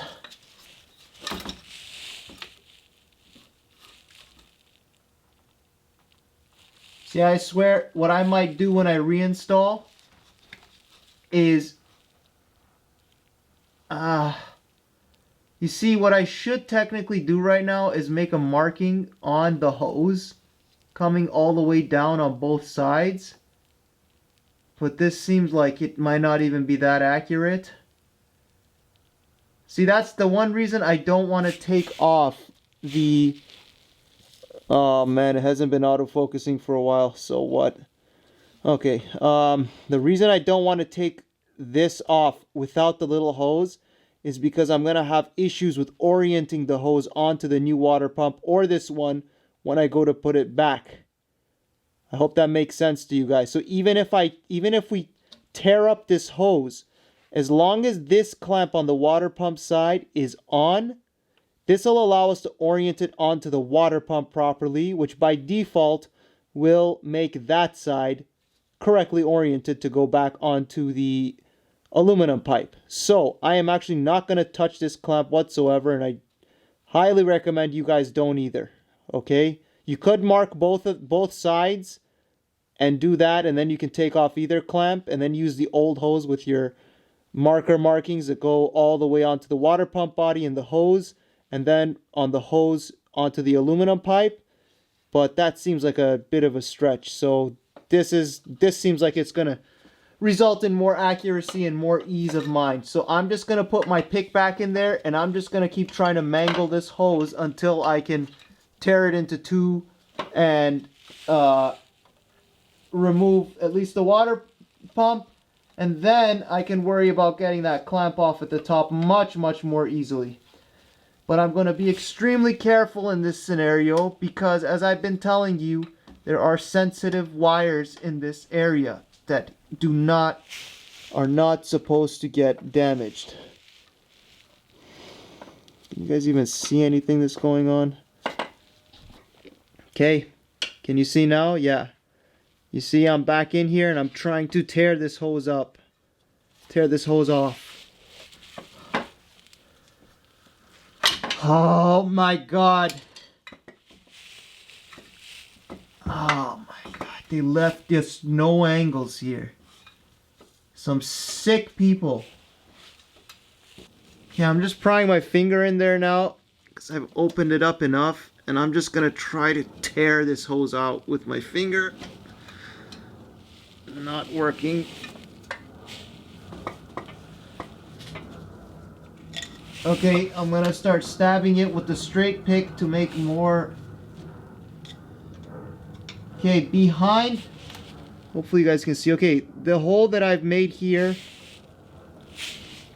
that's my hole, okay? Any wires that are sensitive are in front.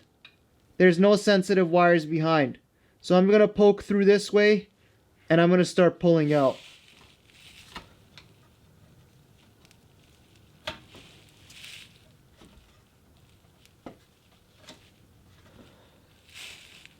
I'm just doing progressive pokes. Watching for any wires.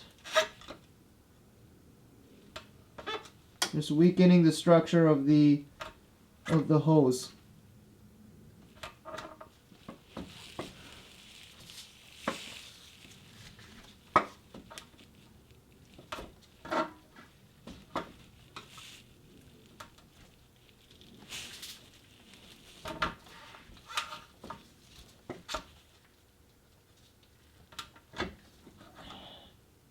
Just successive holes, one beside the next, until we've gone through enough.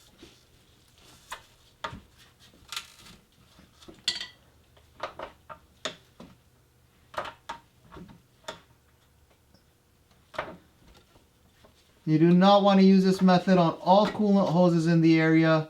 As one recent forum post, someone said that there's a check valve in one of them. I know for a fact that this is not one of them, which is why I am using this sketchy method. But you guys have seen, I've done everything that I can. This is what it's come down to.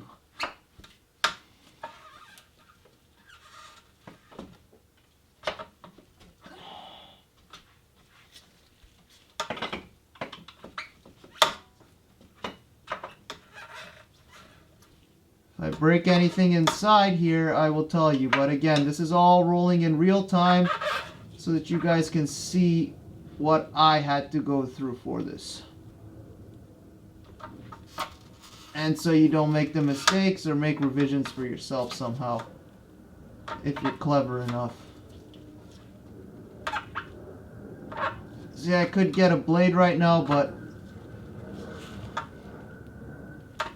this seems like it's going to be a lot more accurate than a blade. If I bring a blade in here and start going with that, it's most likely going to slip at one point and could cut some wires. So I'm going to keep going with this for now. Alright, let's go back in with a 90 degree. See what else we can do.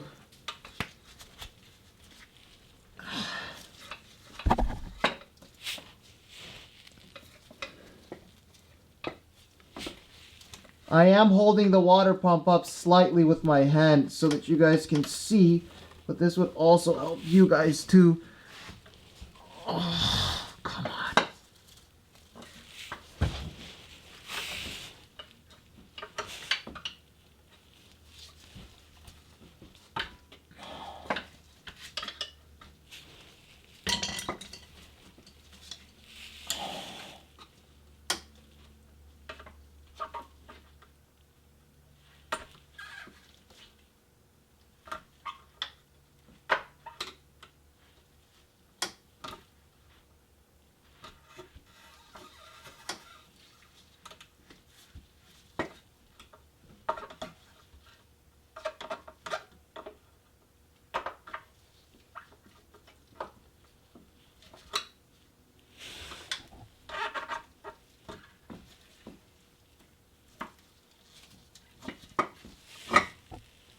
This is absurd.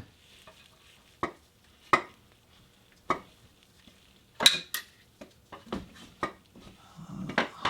I'm gonna twist the housing now a little bit to hopefully help in tearing it, but there's no twisting. Everything is millimetric in these cars. Looks like we're gonna have to grab an OFA knife. I'm gonna grab an OFA blade and come back and keep going at it. The longer the blade, the better. This is what I had right now, and I'm not trying to revamp my tools in the middle of filming, so I'm just gonna... Can you guys see? There it is. Okay, I'm going into the holes that I've made. I'm gonna slowly try to slice it in that area, because you really can't punch through to the top of the hose with any of the picks with any accuracy, because those wires are in the way too. Point your blade down towards the ground. You point it up, there's sensitive wires. One of them is for the oil level sensor, one of them goes to some random component that I don't know. We don't want to cut them, so blade down.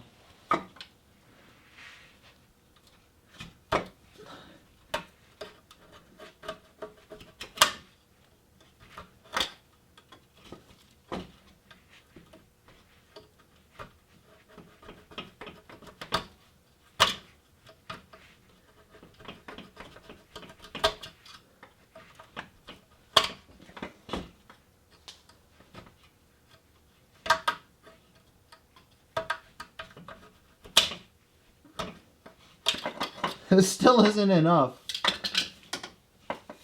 The top part of the hose I can't access with any tool. And I can't twist the water pump to aid in removing it. I think I've compromised. Okay. Alright. Okay. Well, maybe you can see that it's all cut up. I'm going to take the extremely risky but very careful, okay? I'm going to start cutting upwards. There are wires on top. I know I've said it a million times, but if you mess this up, you mess it up. But I have no choice but to start cutting upwards now.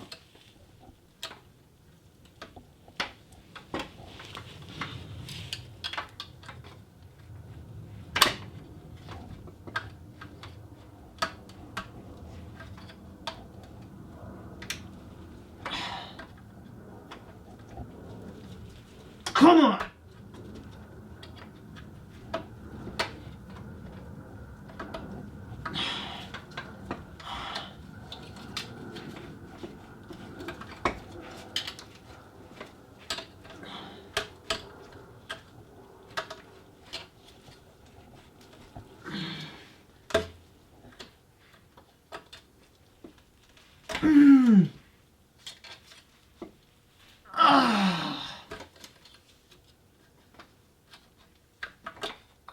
This is getting risky.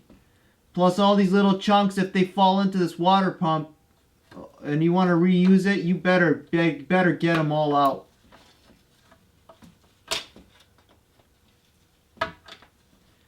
Come on, punch through.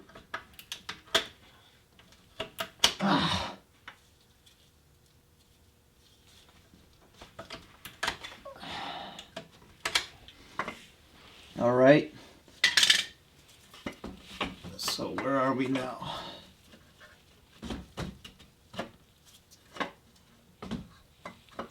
We are still quite pathetic going forward here. It's got a little bit more left, but that... Why would they put a 90-degree hose here? Which sick thought of that, man? You couldn't have extended your little aluminum tube just a bit more? Huh? You couldn't have and given us a short, straight coolant line here? This isn't a planned obsolescence move.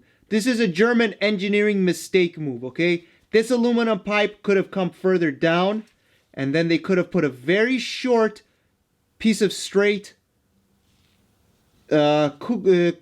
straight coolant hose here. Well, for whatever reason they didn't do that to save 42 cents on aluminum. Pricks. If this was not a 90-degree, none of this issue would have happened. You guys would have watched a 15-minute video and gotten this done. But now you have to sit through 3 hours of this.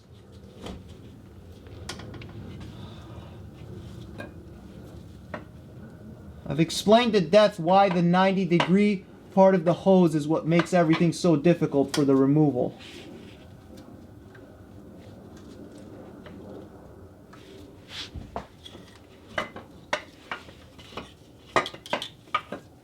I'm gonna have to get a longer blade for this. Yeah, I'm gonna have to get, I don't know if you guys can see here. Hopefully the lighting is decent. I have to get I'm gonna probably remove just the blade from this Olfa knife, and I'm gonna slide it in behind these wires and up here by this ridge of the water pump housing, and I'm gonna slice down from the top. That's the only angle that I can get this from the top. I'm gonna have to grab a fresh Olfa blade, and I'll be right back. Alright, fresh blade. I was thinking of just going in by hand, but I most likely won't have the control. So I'm gonna swap it over into the housing, and then I'm gonna have more control. Alright guys, here's our setup. Okay, a normal size Olfa knife, brand new blade, fully extended. Okay, on the last notch. We're gonna be gentle with the wires in there. Okay, right here is where we're gonna go in. Gentle with the wires, and then you're gonna try to cut down straight from the top. Have a fresh blade so that you don't lose your mind.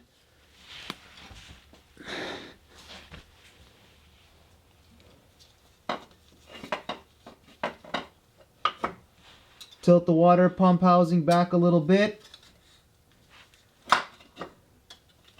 And there's just enough space. Dear God, please don't cut any wires. And we are gonna start cutting down. Okay, nice and easy.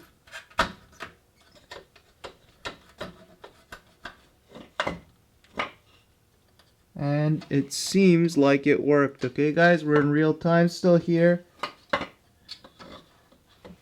Now, with the final punch through, very soft. Okay, usually we start cutting and you get excited and you just finished off the cut.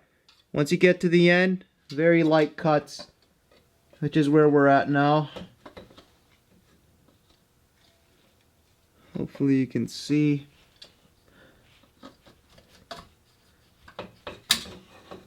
And there we go. Finally, it's out. Did it have to be like that? I don't know, but real time. And here we have it. So you can get it out in service position if you're not doing a full rebuild and taking apart the whole car. So, I mean, I've seen in other videos, an S4 video where they lay the AC condenser on the floor. I don't know if I'm about that life and flexing the lines and then having to not step on the AC condenser on the floor. This worked finally, okay? And again, I'm figuring it out. You have the video, watch it once. I know it's going to be a long video, but put it all together and get yourself ready. You know the tricks, okay? You don't have to go through a lot of the stuff that I did, and you can probably get this done even faster. All right, and as I said, see, you got a little bit of oil there. We'll go over the water pump in another video. I just wanted to get this removal video down. So, see, this was the main hose that I wanted to not take the clamp off of. Come on, focus. Focus. All right, I already described it. But this hose stays on because, and we have enough of the old chunk. We have enough of the old chunk left to help us orient the new hose on correctly. So we are going to mark this onto the body of the water pump and transfer the new one onto here, or orient it onto our new water pump the same way that this one is so that we can get it in. Reinstall is gonna be a different beast, but I am going to...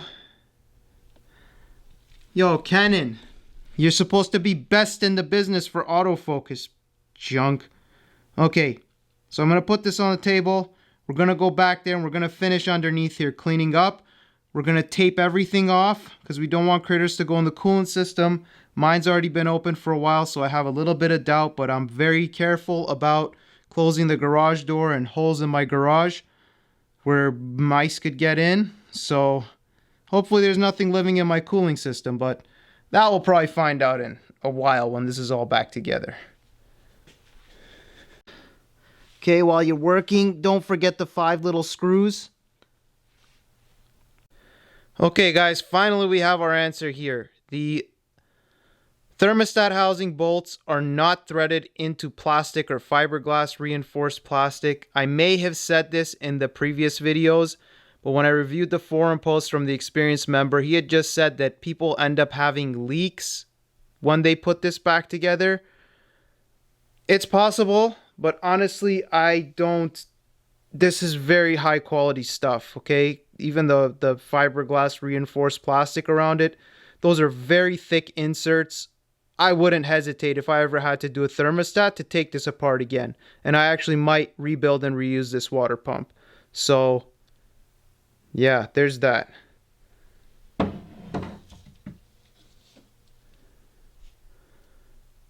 I think the main reason those people that the forum member is saying had problems is because they didn't seat this gasket properly on this side. And that I can see causing problems. But we'll keep going forward with this series. Okay, we've done enough for now. Well, let's go back under the car and get the rest of that little piece of hose off for now. And with the water pump gone, I can't give you guys good angles. Okay, see, there's the little extra piece of hose. Those wires I was telling you about that were in the way. By the way, these are the wires that you don't want to cut. Okay. Yeah, you can't see on the angle. These cars, man, they're not video friendly, okay? This is cut off. This is the cutoff hose where my finger is going in. So I'm going to try to remove that from down here now. Okay, I'm fitting the remote hose clamp pliers in from the same porthole again. It's still nicer access than coming in from here because it's going to be bent. You could honestly just put needle nose on this from here, but still there's hoses and lines in the way if you're not removing those. So if this works, it should work now with all this access and being able to pry the hose with my hand after.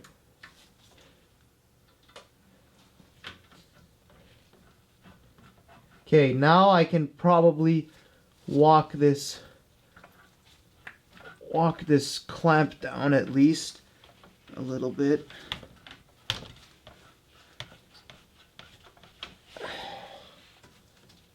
My clamp doesn't want to walk down.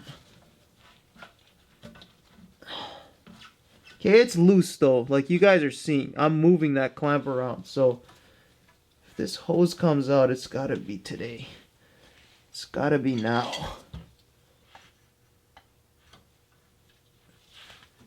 I'm poking another hole in there. Come on. There we go. This better work. Come on. What, did they super glue this hose on? Come on. Jesus. Again, you have to be careful. Those wires are still underneath, so angle your pick if you're doing this thing that I'm doing. I've got such little amount of hose left though that I don't want to tear this one up. Alright, we're gonna abandon this Princess Auto junk and we are going to come in with normal needle nose pliers now that we have access. And there they are. They're still here from a long time ago.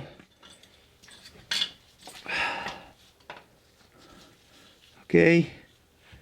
Trusty needle nose. Canon autofocus. And there's still too much crap in the way. Let's go in through here. Huh? How about that? No, not that either. Alright. Remote hose clamp pliers again. Coming in from the back. It looks like I made some progress with pulling with the pick. So I'm going to try it again. Like, I can't zoom in anymore. This is the best angle I can give you. But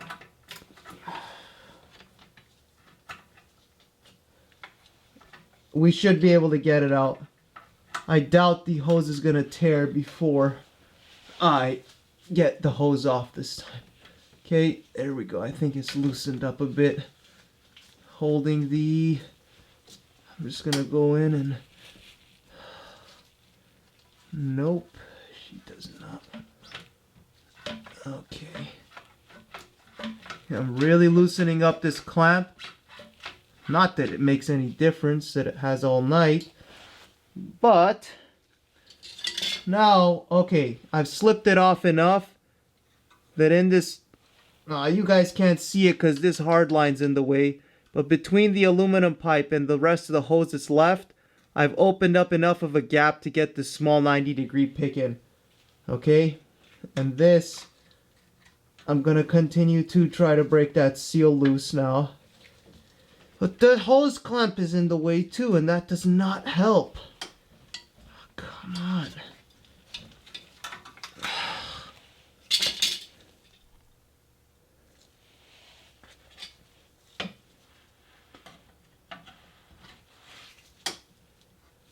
Again, do not use this hard line to pry. Okay, I almost just did it. Don't do that. This is so weird. Hose clamp is completely loose. Maybe it's all that coolant residue that's built up there that's really making this one outrageous to get out. Okay, I'm going to try to break the seal from the inside with the straight pick. Okay, guys, straight pick. Going in from the inside of the cup portion while holding the hose clamp loose.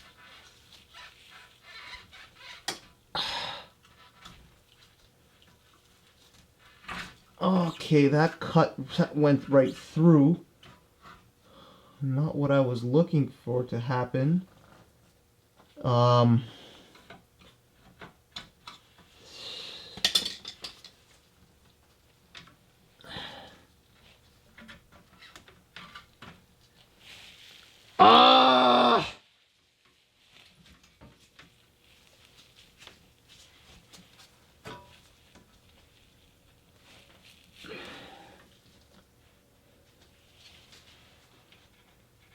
Poking through again with the little pick, and I'm gonna pry now.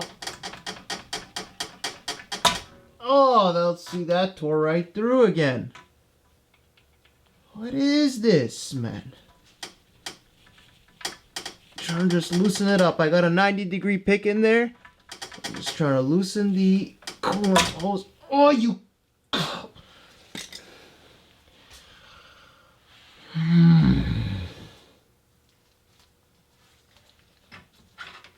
That clamp is loose! Jesus!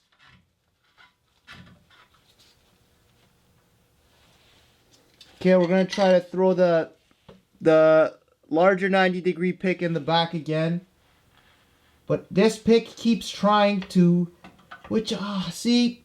That zigzag pick. If I had that, you wouldn't be hearing all this yelling and all this failure, okay? That zigzag pick that I gave away is the key to this job. From the stuff you saw in part 1 of the water pump removal to this stage, that pick, go back and you'll see the picture of the little one in one of the videos.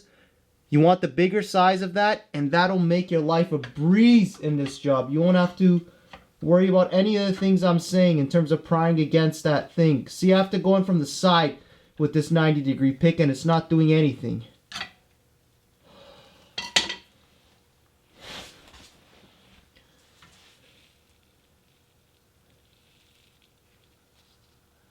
I mean, at this stage, you could unplug this electrical connector and the electrical connector that goes down to the oil level sensor. I should have thought of this before. I would say you should do it at this stage if you're removing this. But I don't know. It's not that big of a deal if you're careful enough here. This is outrageous.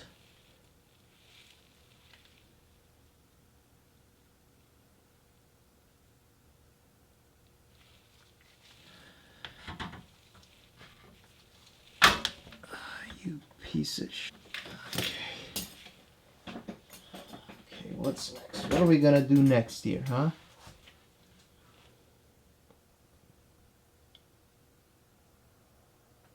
If you have those Nipex more expensive hose clamp pliers, I swear you could get in from this angle with some kind of, even, I forget the name of everything right now. Channel locks, okay? Small channel locks. They have enough of a curvature that you could get in here and probably open this hose clamp right now in order to really squeeze it open to let that hose loose. But I'm pretty sure it's the hose that's seized here. The hose clamp is not even our problem. Let me go see what other tools I can find to try to get this clamp a little bit more opened up. And, yeah. Alright, I couldn't find any channel locks. I got some vice grips here. Dude, nothing fits in here, man. Okay.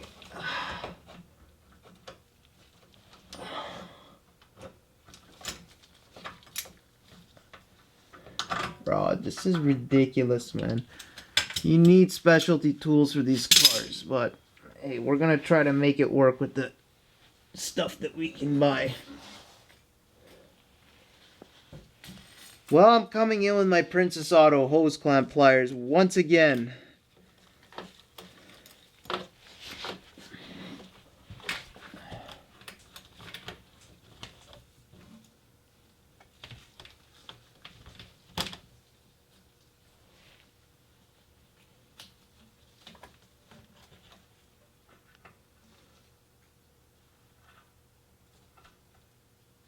Ripped on. And squeeze.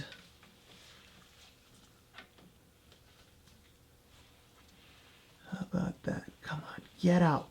Get out. Get off the hose.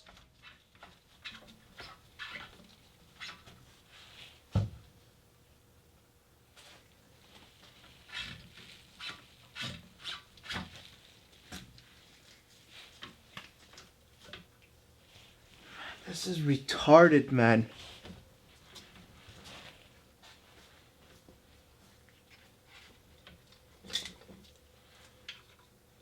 You see, again, that pick I was telling you about, if you were to go in with that, you would pick up an angle going in this way with the shape of it to break the seal loose from the inside.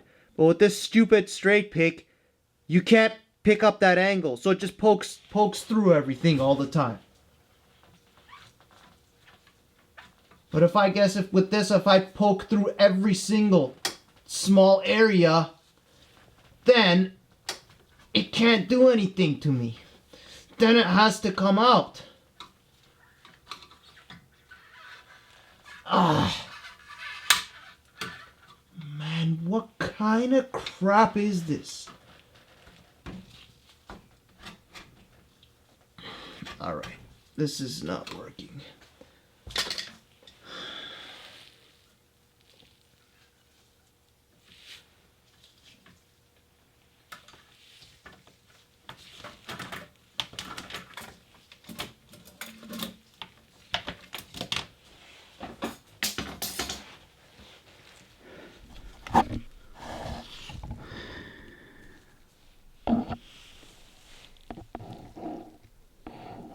Alright guys, so there's a little bit better of an angle from underneath so you can see the cup part of the hose. Is this a Canadian rusted car without a splash guard for probably half of its life that's had this problem? I don't know. Could this just be heat and improper installation of this hose from somebody else? Don't know. I'm gonna have to get, I don't know, some kind of a specialty tool in terms of coolant pliers to remove that hose clamp properly out of this area, or just some higher quality remote hose clamp pliers to open that hose clamp up more, because I'm starting to put too much pressure on that aluminum tube and its surroundings for this to be something worthwhile doing. At least now I can order every single part that I need for now, and we'll come back to getting this little piece off, okay, in the next part of the series. But let's go over the table and I'll just show you a couple more things and we'll wrap it up for now. Oh yeah, and I'm gonna tape off every single port that's open here so that critters don't go inside for the time being while I'm waiting for parts, and you should too. This is very crucial so that you don't end up with a mouse in your cooling system. Alright guys, so the coolant crossover pipe still has fluid in it. I don't know if you can see it, but there was, you see, one bolt that went on this side and it's different than the other one. So tape it to the pipe and store it with the pipe. You're gonna need that O-ring. On this side, I'm sure there's a seal and it's underneath the car. In the next part of this series, we'll get to that. Or actually, I'll probably go do that now because I'll forget for next time.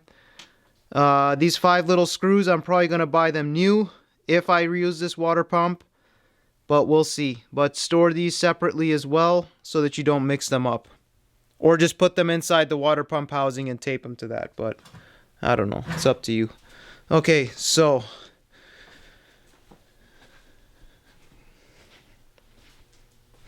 we're passenger side. Going down. Great, I have the f***ing rocks in the way now. Alright guys, here we are. This is center of the hood coming down. I'm gonna be able to get you a little glimpse in there. Okay. See that right there? The O-ring for the coolant crossover pipe is attached on the block side on the passenger side of the car. It's right there, dead center of your screen, above the top center of the desk lamp there. So you're gonna have to get that out with a pick. Most likely I'm just going to use a dab of dielectric grease on all of these so that they seal well, or we might just put the seals in normally. So that's the last seal on this job you'll need. There's a ton of other seals if we reuse the water pump, but this video is long enough. We're going to have another video going over the cooling components, and we're going to figure out if these water pumps are rebuildable. I think on the B6, B7, S4s, I've seen all aluminum water pumps. I do not think that's offered for the RS4s. The outside casing, honestly, to me, it looks very strong. It looked flimsy from underneath before, but now that I have it out, this stuff looks like it's as solid as it was on day one. It doesn't seem like it's been, like heat has taken its toll on this like it does on other plastic components. So I'll do more research, we'll go more in depth into it, I'll ask questions on the forum if I need to. In terms of critter control, I did not use tape. There's no way you'd get tape to stick with all that coolant there. No kind of tape is going to stick to a coolanty pipe, especially with the angles and your oil spills and all kinds of other stuff that's under there. So what I did is I took some semi-clean microfiber rags, and I'll show you all the places I put them in. Okay, we're going underneath the car. This is the area you're familiar with where the water pump was. Okay, there is the one here. This is the part where the aluminum crossover pipe was attaching into...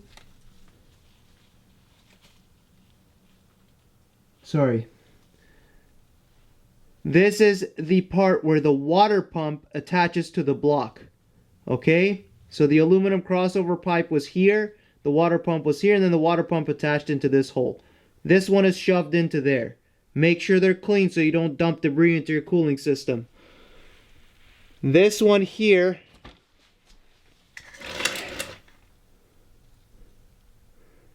is one cloth that goes into this bigger coolant pipe, and then it stretches over into that cut piece that we didn't get off.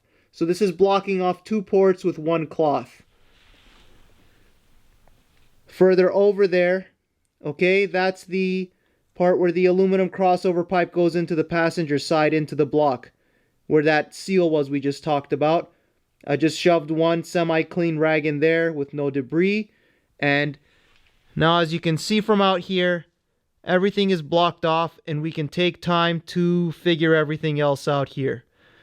Again, I'm not even sure that the coolant leak was from any of these hoses or this water pump. You guys saw all the videos. We never saw really where it was. So I might even order coolant hoses that are further up, and then we're going to go over removing those too, because I'm going to try to do as much as I can for now while this car's in service position here. Until next time.